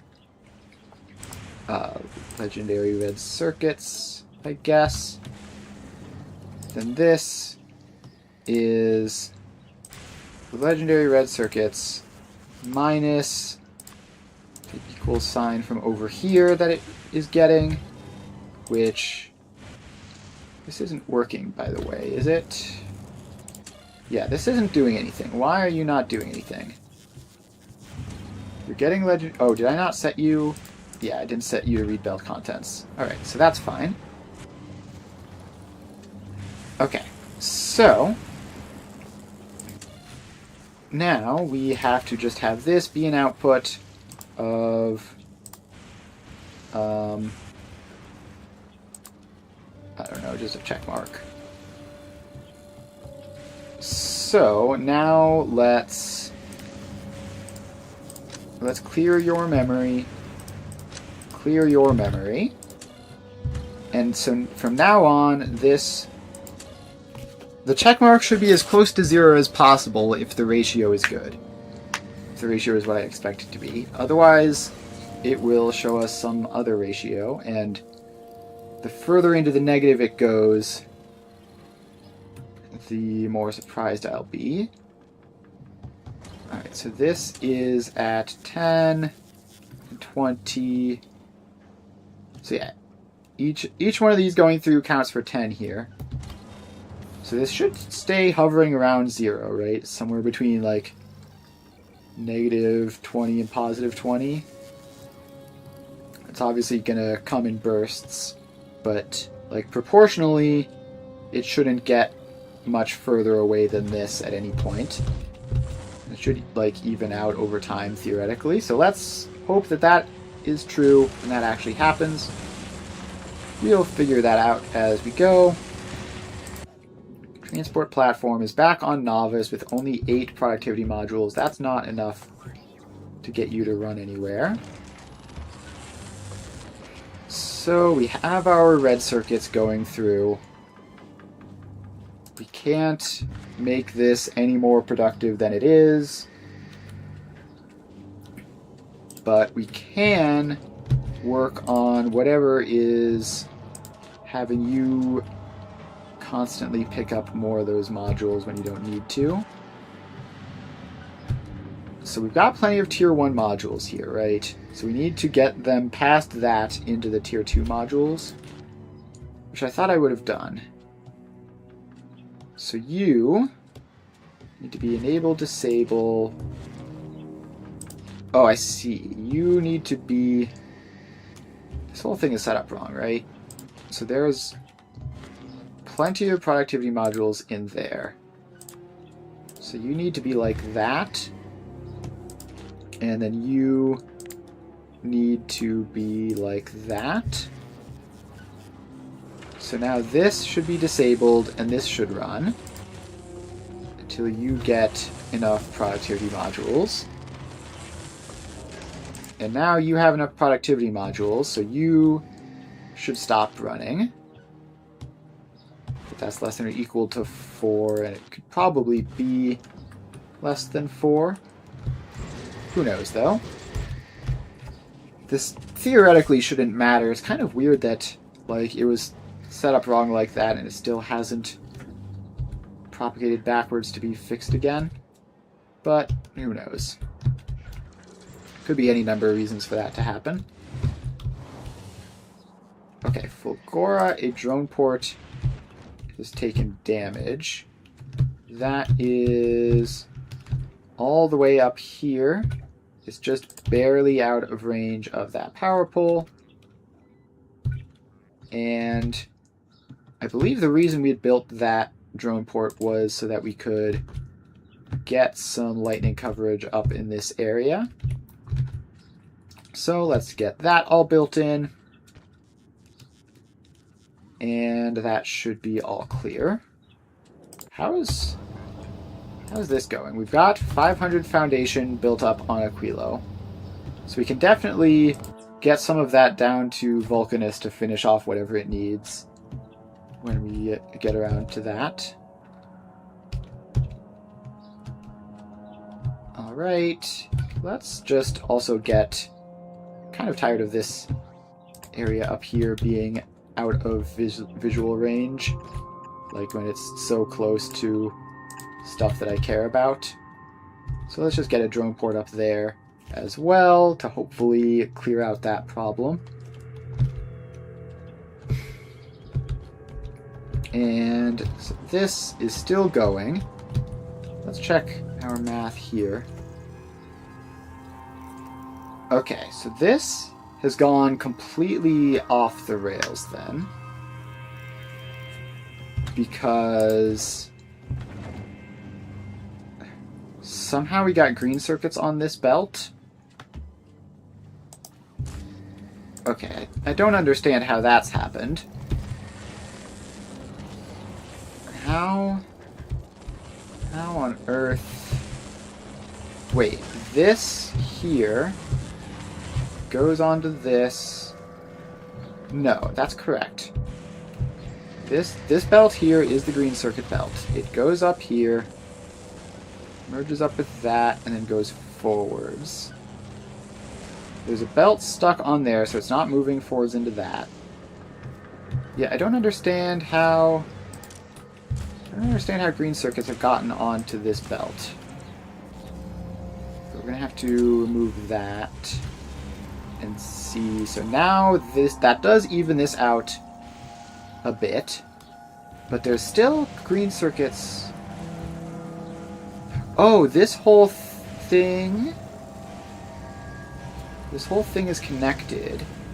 So this is just flickering whenever green circuits pass through here. But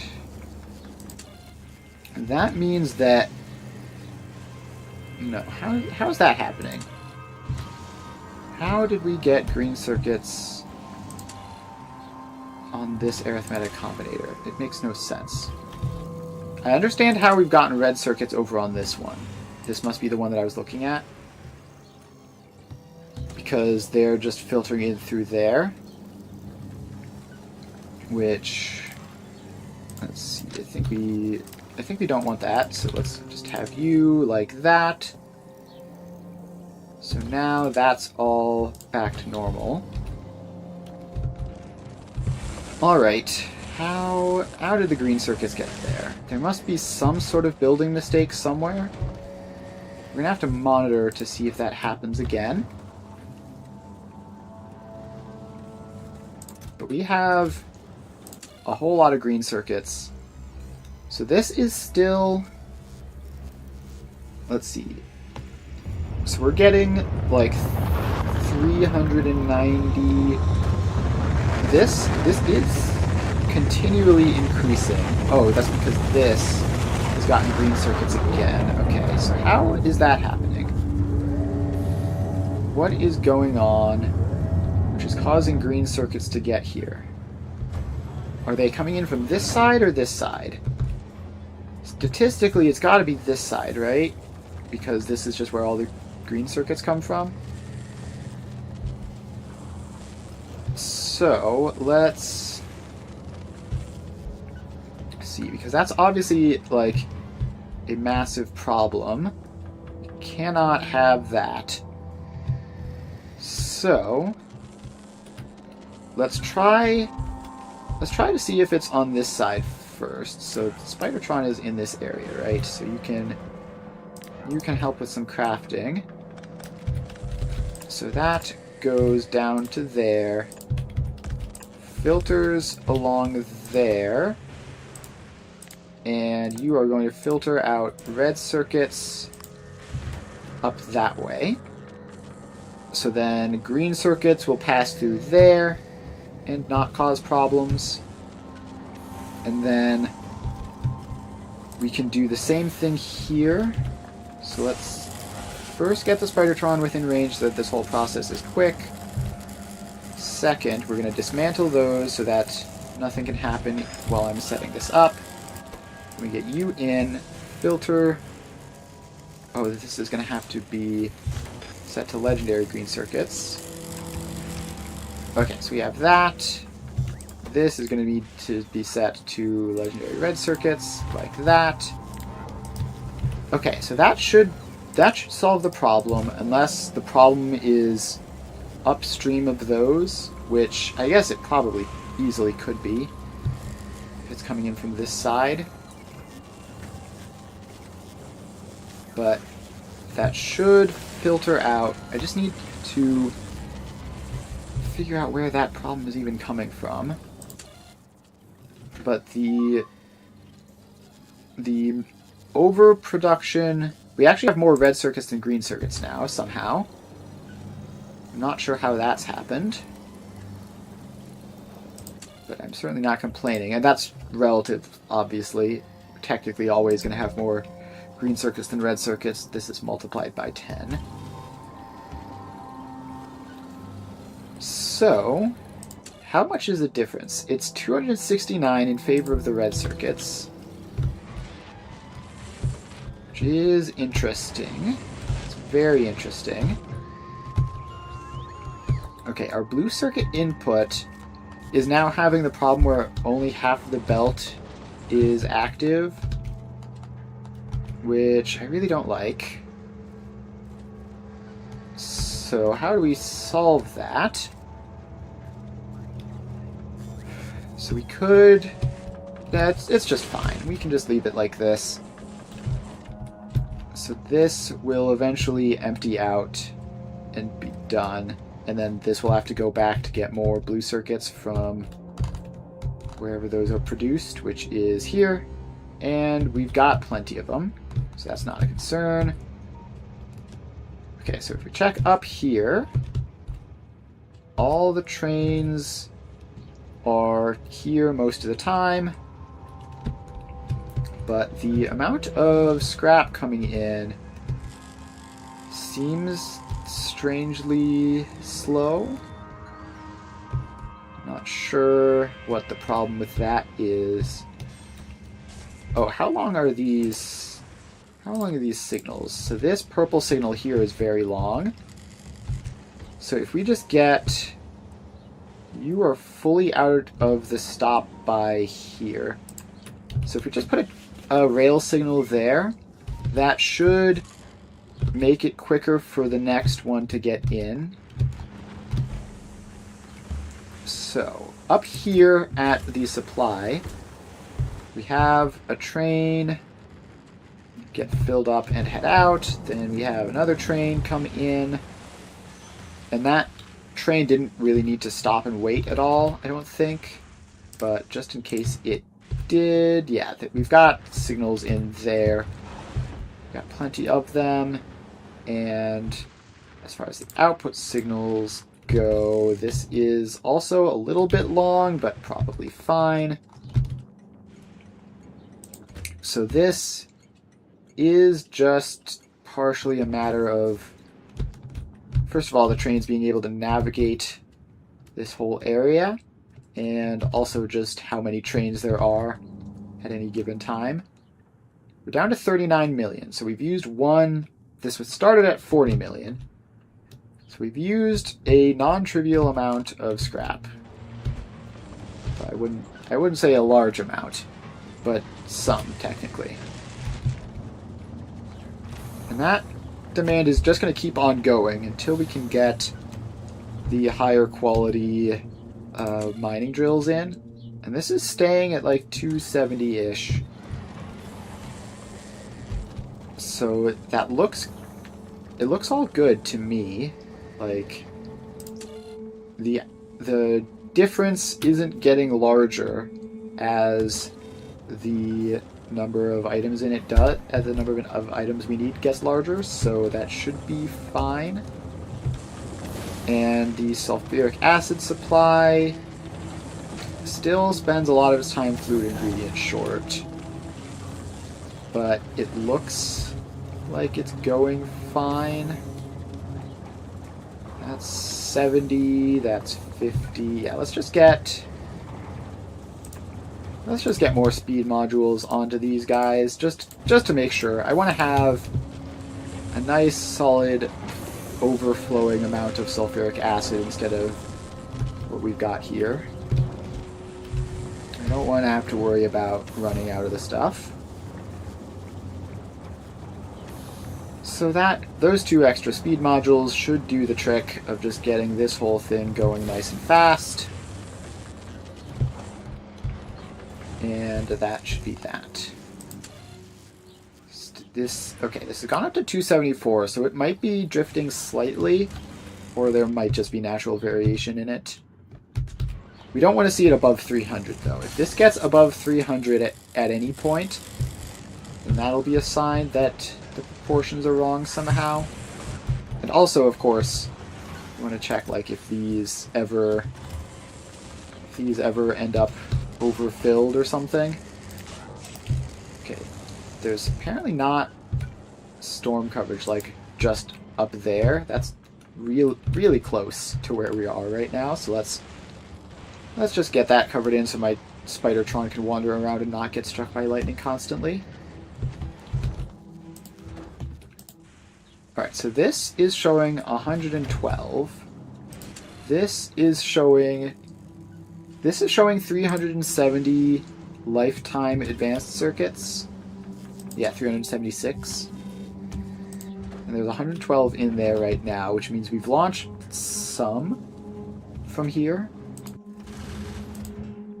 So that's cool. If we go back to Novice, are we still going to see this same thing where we're still low on red circuits? Transport platform has another 12 productivity modules, so you can head out to Fulgora to do that. And this whole thing is super brutal. There's just so much that we need to be doing here. Okay, so now the question is, do we just like turn this all into one giant bulk recycling setup? I haven't done that for a while now, but we might get benefits to doing it this way since the scale is so large, or we can just continue scaling up this way. And the benefits to that it might prevent weird problems with the ratios being wrong, though I'm not entirely sure. Okay, this is down to 244, so it's actually correcting a bit. So that's good. Nothing suspicious going on there. That all looks normal. Aquilo is just doing Aquilo things. Speaking of Aquilo doing Aquilo things, I noticed earlier we were down to like half of our... Okay, yeah, no, our fusion power cells, we did get another delivery of them. So that's all fine and good. Novice is doing stuff. We still are a lot of product of these guys short, which is worrying. How's Gleba doing? Is Gleba still producing legendary plastic? Where was that setup? That setup was up here. And okay, looks like we're not. No, everything here does look like it's working. I mean, I see all these guys have various items looping around, except for the top couple, which are apparently short on Yumiko fruit, but that's fine. And yeah, we do still have the occasional supply of legendary plastic. A whole lot of spoilage going on, though. Don't know what that's all about. And is this front setup here? Is this just not set up to ever deal with spoilage? Like in this loop? Things just keep circling around forever? Okay, well eventually they would get redirected over to here. So I don't know why we're getting all of this. We're just getting way more Yumiko gel. We're getting way more Yumiko mash than we were getting jelly for some reason. And that's causing problems because we're not able to make any bioflux, but that's... I don't really care about that. That whole thing is mostly defunct at this point. Alright, so let's check back over to here. So really the problem is just that, like, the legendary green circuits don't really have anywhere to go. So what we need to do is... How many of these do we have? We have 1,800 of those in logistics storage.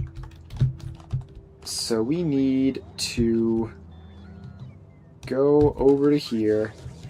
And how many are you requesting in at a time? Where even is the thing? Here it is.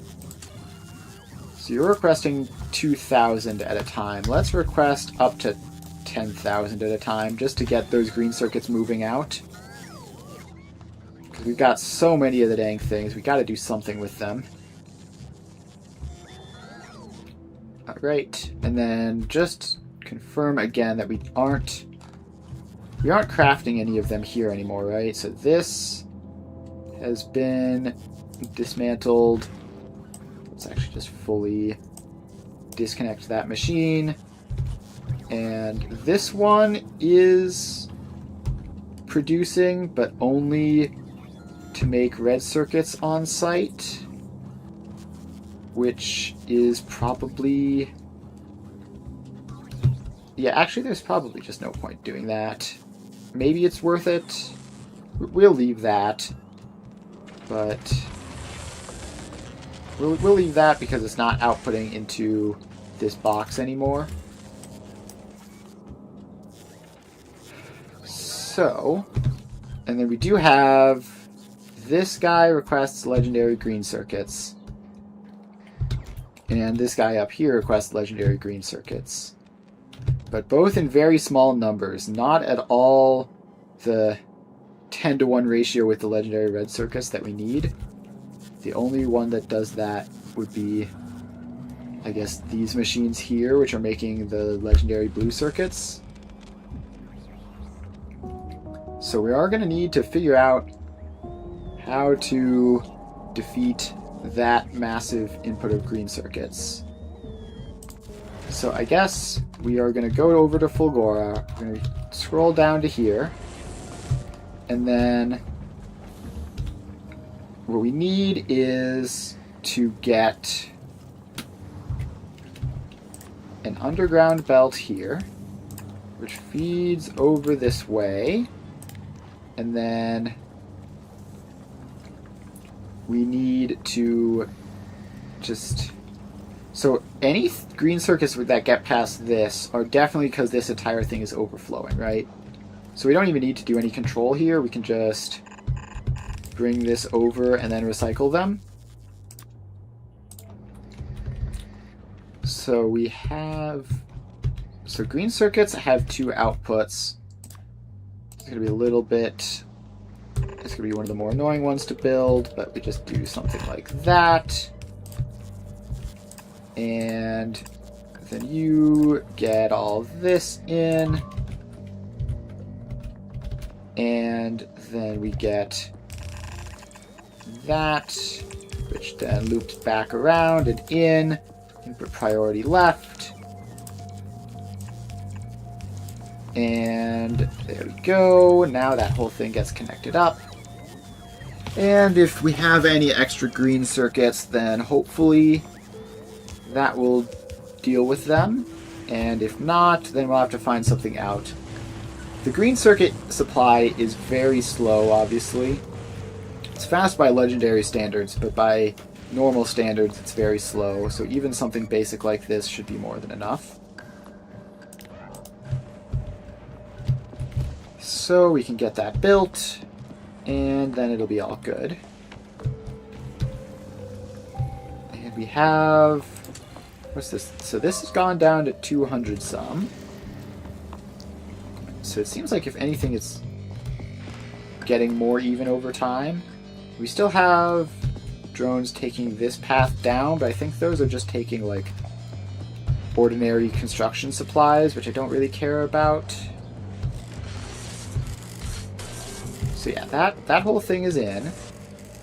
How's the power grid going, by the way? We have lightning collectors half the time, fusion generators the other half the time, and that all seems to be just totally functional. And the accumulator hasn't dropped at all, basically ever. So that's all looking good. And obviously all these EM plants take a huge amount of power, but nothing that we aren't capable of handling. So that's all good. Transport platform. You're back here. You can drop off your 12 productivity modules. Every little bit counts. Every little bit counts. So that can just keep on going. I wonder if we can get more efficient out of this by using some more quality modules. So if we create this as one single sort of monolithic structure where we have like individual rows of machines that only do commons, uncommons, etc., then what we could do is we could have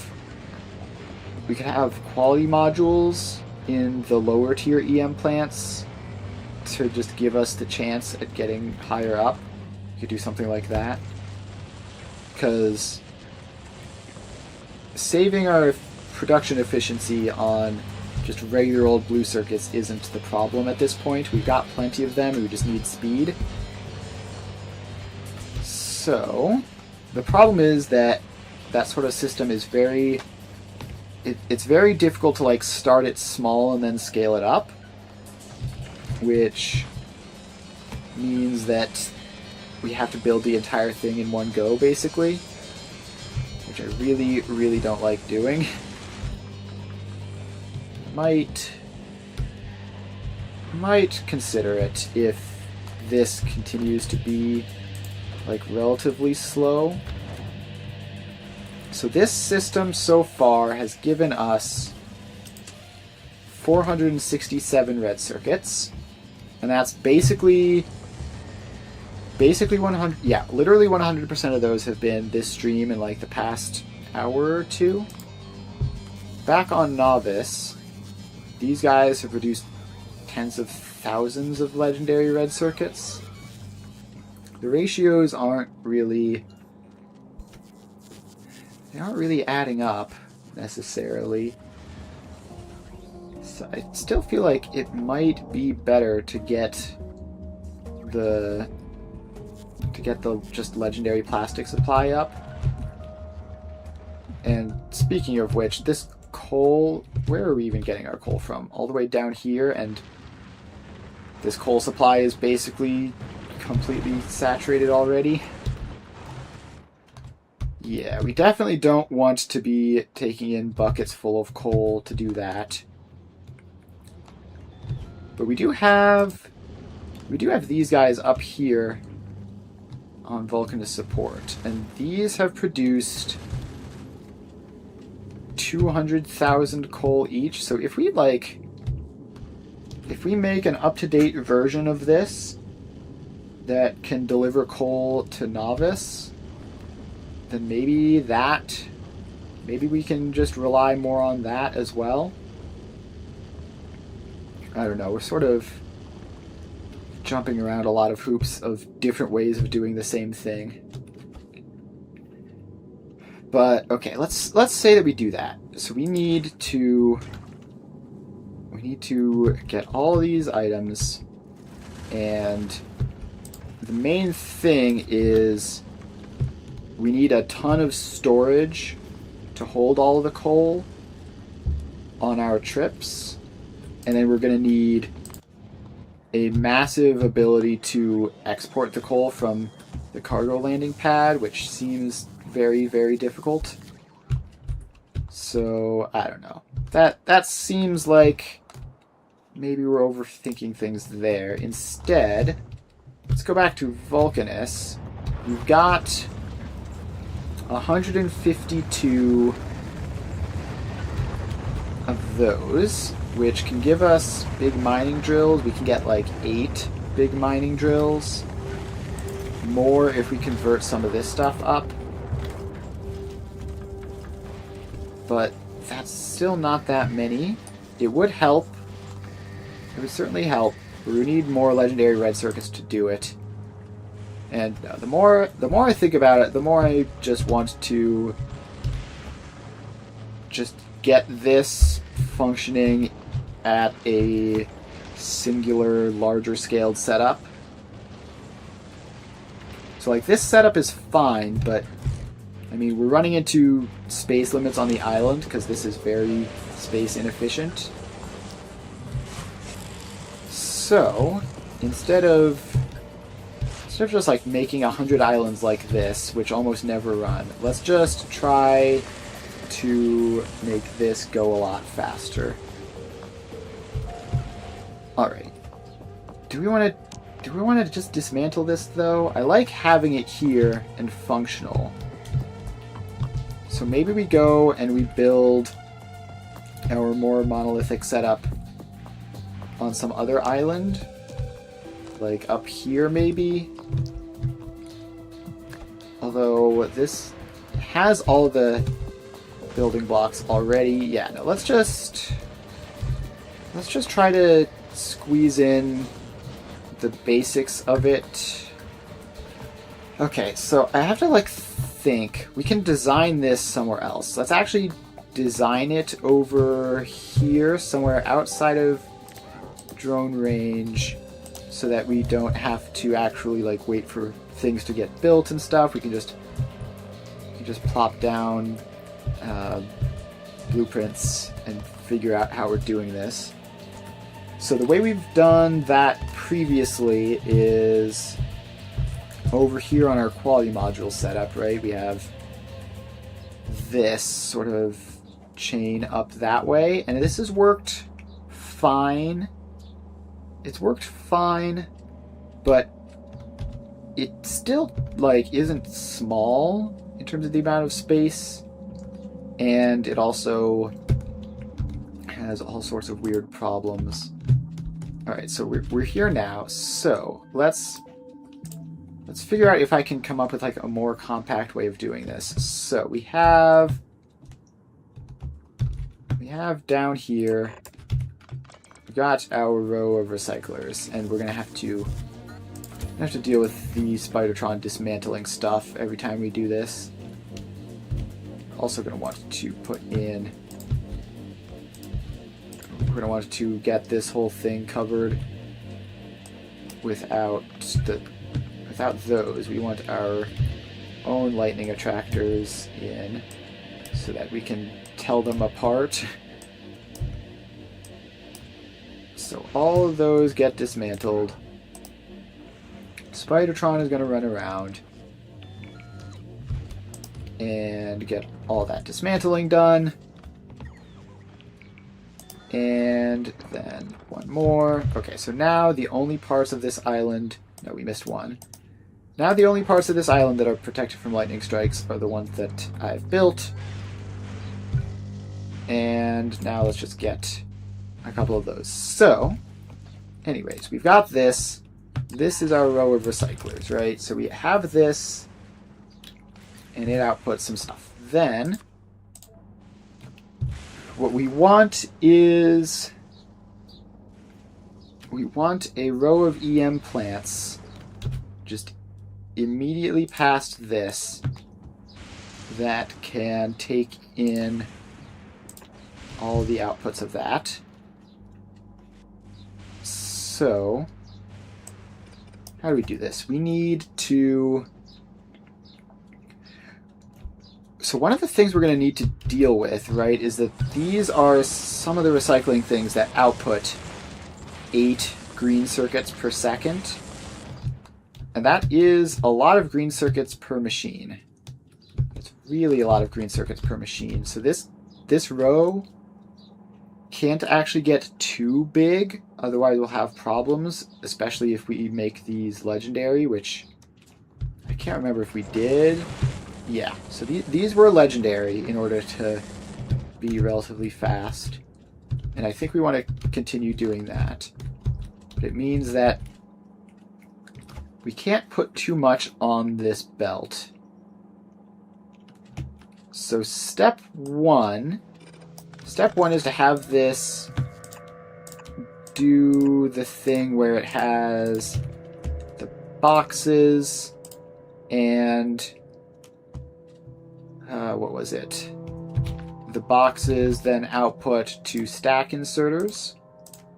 So that should mostly counteract the overfilling of the green circuits, because these stacked up to 16, these would be 8 per second, so that would be 1 stack of green circuits every 2 seconds, and then a stack of red circuits every 20 seconds. So that is nowhere near the belt. The belt speed, even for half of it, is 45 items per second. So we don't need to worry about that. Let's make sure to make these be legendary quality recyclers just so that we don't have to forget about that and then fix it later when the numbers are all wrong. So then you need to be... How do we do this? We done this at one place. I can't remember where, though. It's probably... No, it was probably somewhere on Novice. I cannot remember where it was. I cannot remember where it was that we did that recycler thing to make them better. It wasn't here, right? These are all set up just weirdly. So those are all set up weirdly, and I can't think of where else it would be. Like, where else have we messed around with? It's got to be somewhere on Fulgora then. It's got to be like one of these guys or something. Oh, it was these, right? So you need a bunch of decider combinators for each one. And the decider combinator is each greater than 16 output each, and then it's filtered. So we can grab that. We can get the decider combinator in, and then it's a... That goes into there, you go into there, your set filters, your setup. Alright, so that is good. So now we can just get that set up, pasted in, so that all the circuit stuff gets connected across. Okay, so we have that, and that should provide us with a super properly scalable amount of green and red circuits on the belt. Now, okay, in terms of the number of items that are going to wind up in this chest, it's going to be 5 different, right, so it's going to be 5 different qualities of green circuits, 5 different qualities of red circuits. So that should add up to just 10 items, so this should be fine. And then these are going to be legendary quality moduled, of course. So this outputs stacks of items. Then we want to think how much of a belt actually can we set this up to just like take an entire belt's worth of blue circuits just all at once. So these are 1.6 each. So 10 would be 16. So how many machines of this would it take to get a full belt? One of these belts is 45. So a full belt of input specifically. The output is going to be a bit weird. But let's just say we upgrade those. So one belt of input is like this. And then you would obviously get bulk inserters there. So this is 4, 5, 6, 7. Let's get another 3 onto that so that this is an even 10. So this setup takes in 16 blue circuits per second.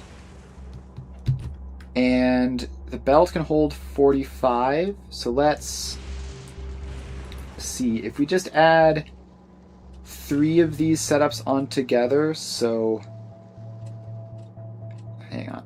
So this is 16, right? Then we want to get up to 45, but take from both sides of the belt. Or actually, let's just get a whole belt saturated. So what we need is we need you to go in like that.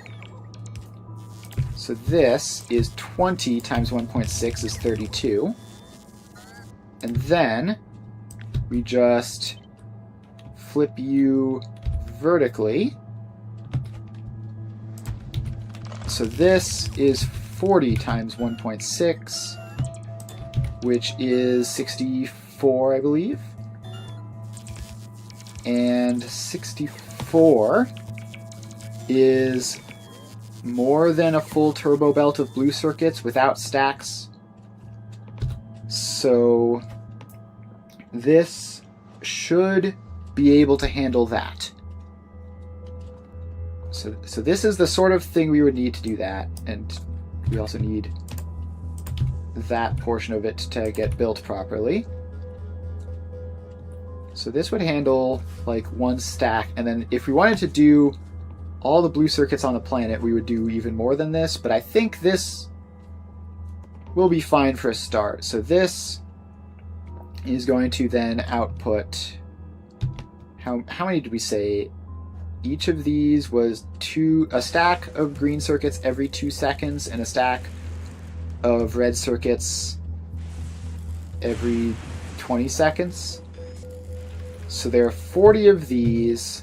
40 times a half is 20 stacks of green circuits per second and 2 stacks of red circuits per second, which is pretty decent, I guess.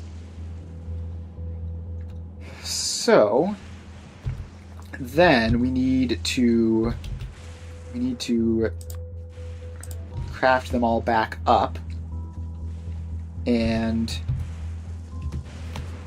because these are going to be moduled, right? So let's also get those moduled because they missed it somehow. So the outputs are going to be these 2 belts out here, which we're going to want to add up like that. And so then this output would be, we would have to combine them together like that. And so this is where we start doing our splitting off for each individual type. Okay, but then the other thing we need is we need a set of recyclers to recycle the output of this. So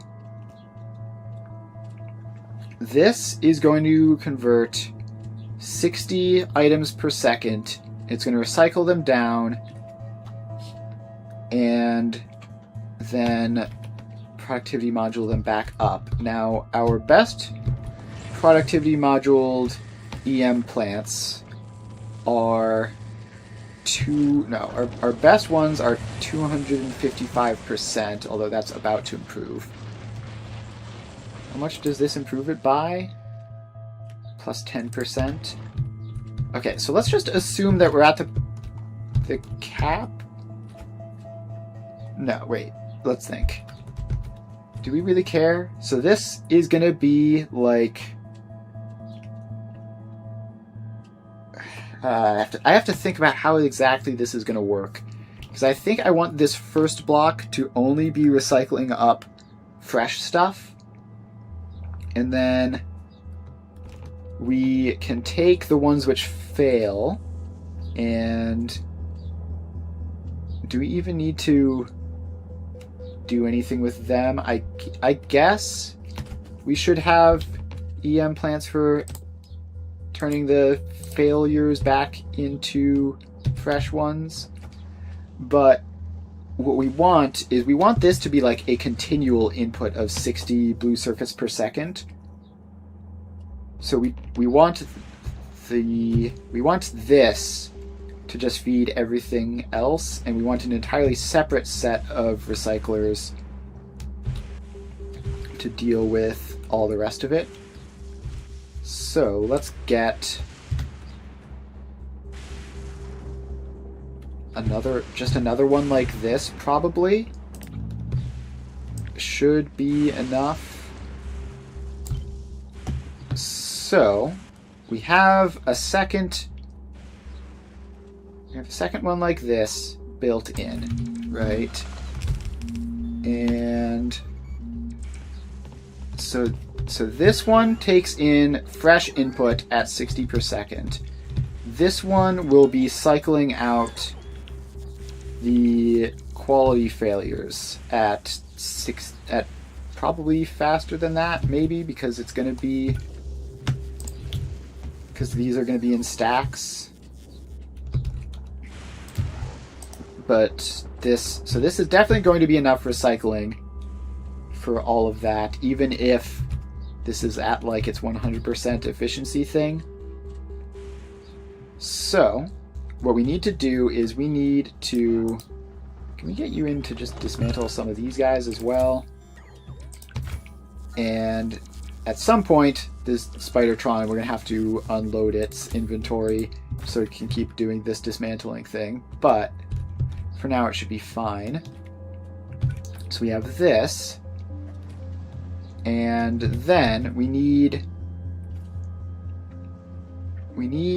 our area for the EM plants. So we need a belt which will go in and then split off with quality filters, and then go into the EM plants for everything. So that goes like that. And then we have EM plants. We have a row of EM plants for the tier 1s. Then, okay, wait. Do we actually, I think we want to sort the two items onto two separate belts, probably, because that'll just make things easier. Because otherwise we're going to have weird stuff going on with the belts. Yeah. So we don't want all of this to just go onto the same belt permanently. What we're going to want to do is we're going to want to get this turbo splitter, which we already had, so we might as well use it. You are going to filter advanced circuits of any quality onto one side, and then green circuits of any quality will obviously go onto the other. And then this whole blob up there, we're going to need to move you a little bit like that.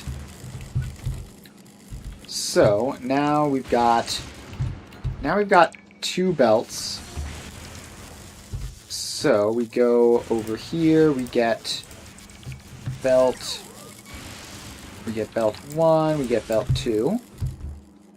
And these need to both filter, and we'll do all the upgrading a bit later. So these will filter for normal quality, and they will filter out to the right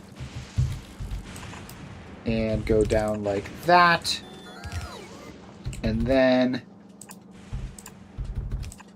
these just loop along like that and continue on forwards. So then this needs to go there. And just the way I've designed this, the near side would want to be the red circuits. The far side would need to be the green circuits, just because the green circuits we want to use the closer inserter for. Although actually, come to think of it, we don't even need this to be 2 belts, right? So what did I say? This was like 40 machines, 20 stacks of green circuits per second. That's less than half of a belt here, so we can actually just crunch all of that down to, if we just go like that, then it'll be fine. And then we don't have to worry about splitting 2 belts across everywhere. We can just do 1. So let's try this one more time. So we have that. We have you going down that way. And then this is going to filter out the commons. And we have our row of EM plants for that. And I guess we can even make this, we can make the sulfuric acid flow through like that to make that part easier. And then we just need to copy paste this whole thing a couple more times. And yeah, let's get another one of you guys in. So then we have commons, we have uncommons, we have rares, and we have epics. So then we have this set up here, and that's going to need power poles, obviously. All this stuff is going to need power poles. But the other thing we need to think about is how these guys output at all. So how much blue circuits do these guys output? 1.7 per second under speed modules. But that is under speed modules, which is a lot. And that's assuming that these guys don't have any quality stuff attached to them. But that's probably what we want. I think we want these guys to be super productive with speed modules. So we can we fit the speed beacons in here? No, not super easily. At least not with this super compact setup that I have that I like. So we could fit in like one module on one beacon on either side, like, you know, in the alternating between EM plants and beacons thing.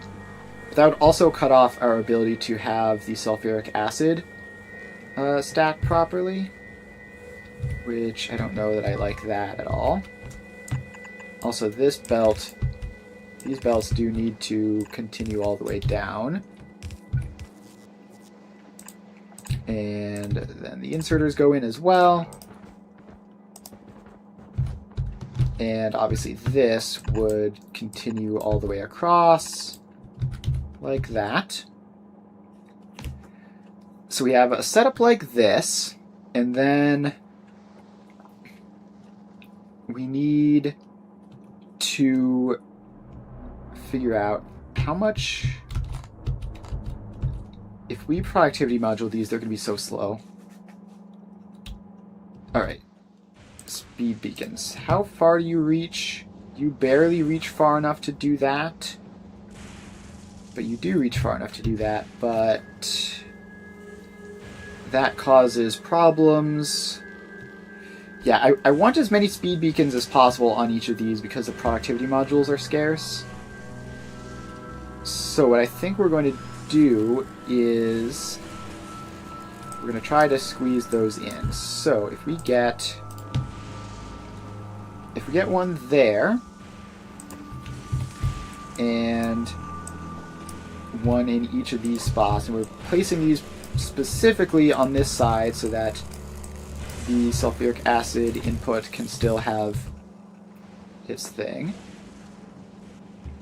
And then over here, that's not gonna fit.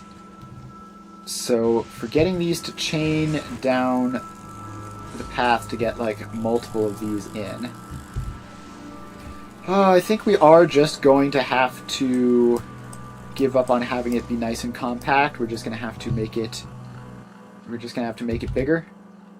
So if we just cut all of this stuff out and move it over that way, and then you obviously go back in and you get that, and we can have 2 of these per row. Then we get an entire row of beacons there, and maybe another row of beacons here even.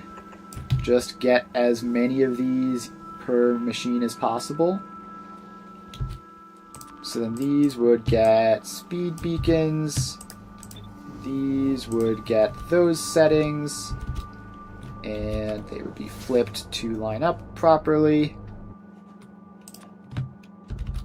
And that would connect across. Then the sulfuric acid would come in through this pipe. And I believe... No, this row doesn't even reach you. But if we have this row, that does just barely reach. So we can do that to get 6 beacons per machine and have it just go absolutely crazy. And then like this, we would then have those set up. And hopefully we wouldn't need more than a couple machines for this, although probably will. But anyways, so now let's just... we're gonna have to dismantle all of that stuff. And then we just copy this setup. And can we use the same... Yes, we can use the same beacons for multiple rows, so that's pretty efficient. And there we go. So then we have commons, uncommons, and we've got epics, and we've got... No, and then we've got rares, and we've got epics. Alright, so this is the setup we're dealing with here. And that should work. Now, if only we could test what the numbers are going to be here before having to actually construct all of this. Let's see. So let's just build a test setup up here. So we have... Yeah, let's just copy paste like one of these rows here. Just that. And then paste it up here where it'll be relatively quick to drone everything in. And if we can find a free spot, there's one. So that goes in like that, and then we're gonna need power poles to go everywhere as well, which should be fine. Right, something like that should give all the power that we need. And then the speed modules go in. Okay, the productivity modules are not quite correct,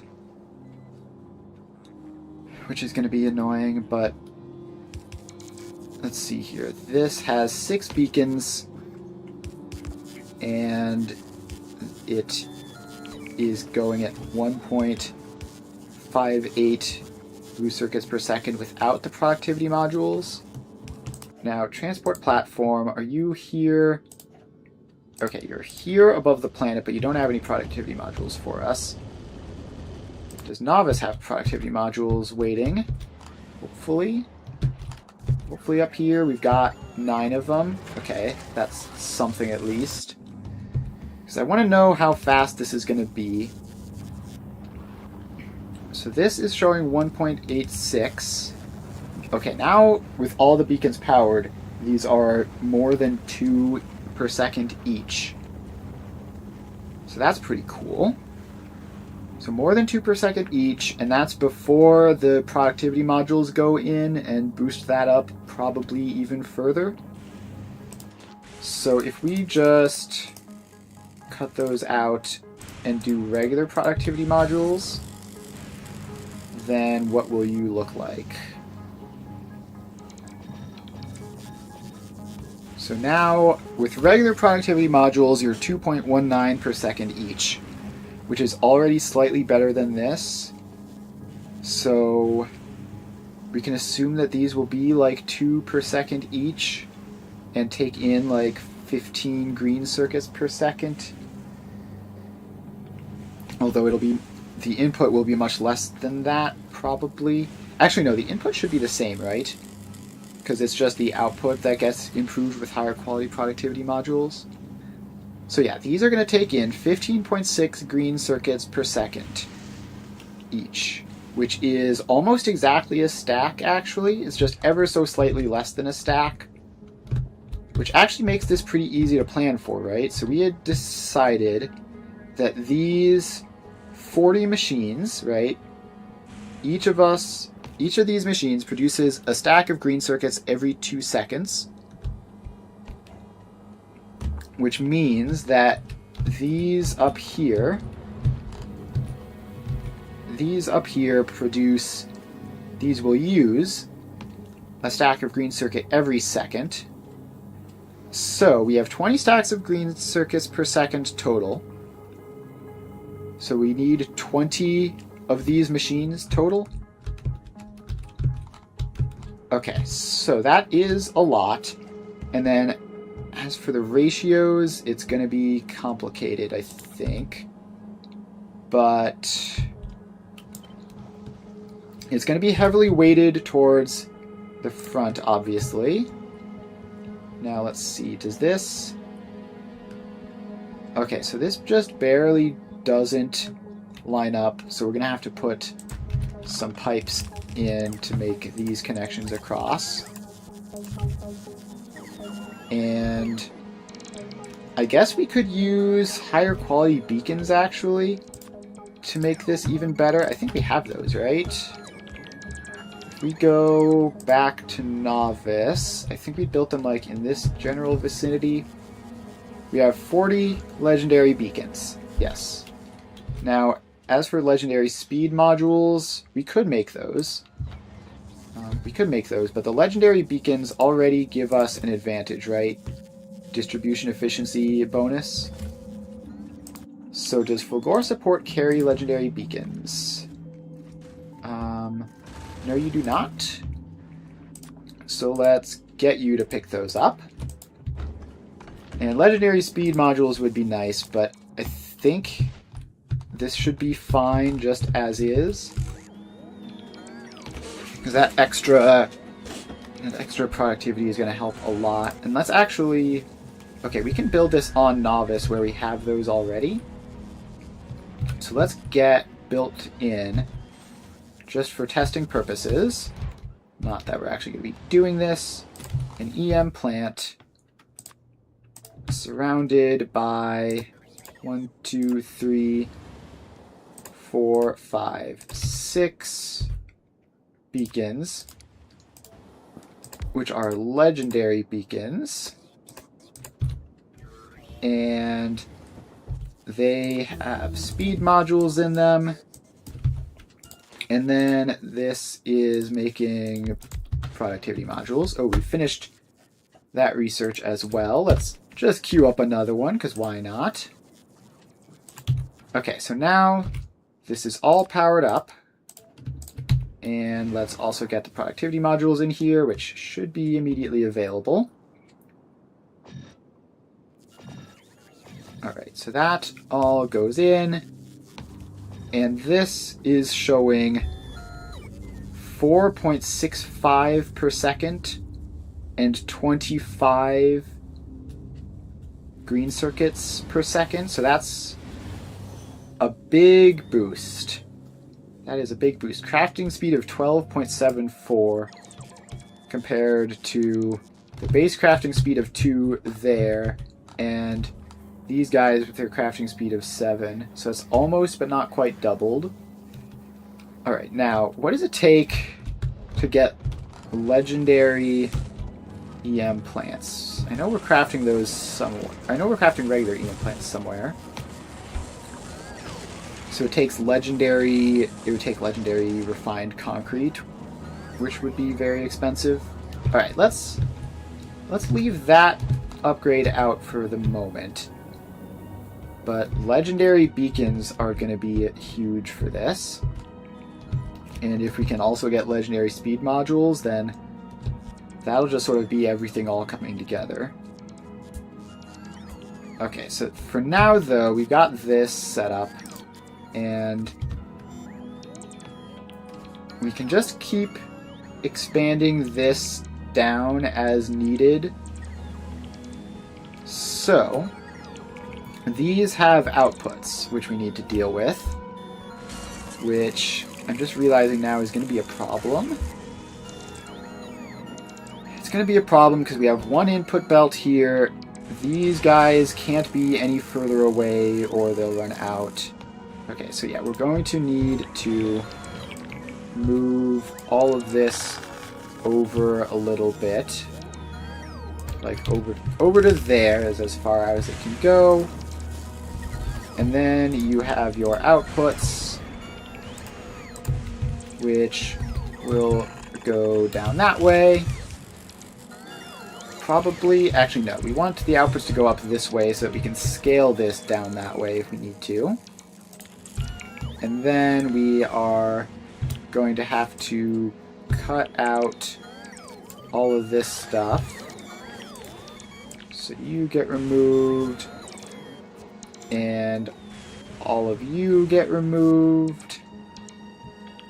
Actually, wait, so that is in here, that's in there, this row is fine. Yeah, no, let's just remove all of that, and then we need to copy this first row and not get that random lightning collector in there, obviously. So now we have these in, and that is going to need another lightning collector. So let's even get 2 of those down. So that whole area is covered, and we need to continue expanding this forwards. Alright, so now we've got all this, and we have these belts need to connect up, obviously. That won't work otherwise. Alright, so we've got all this, and we just need to get these settings in. So that's uncommon, this is rare, and this one is epic.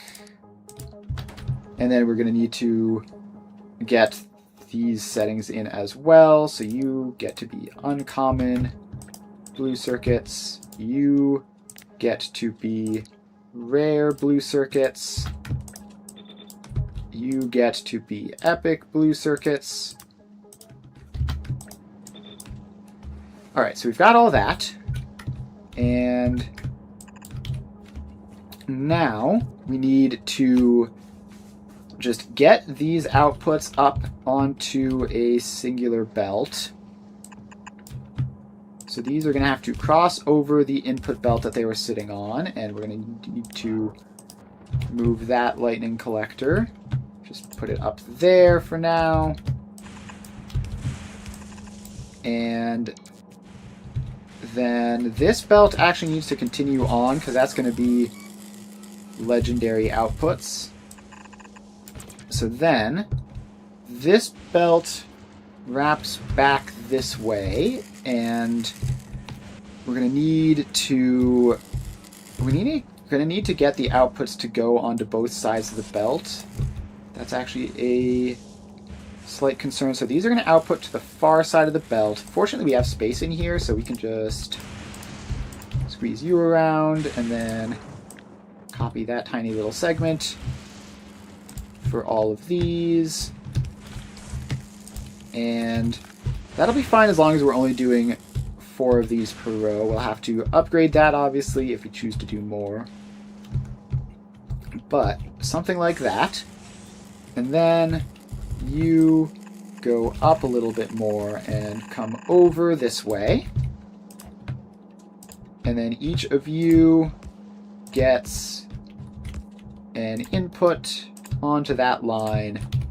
So we have one belt coming in, and we're crafting them down to something which takes less space. So we should have one belt going out, and that should be fine, even though we're going from what's it called?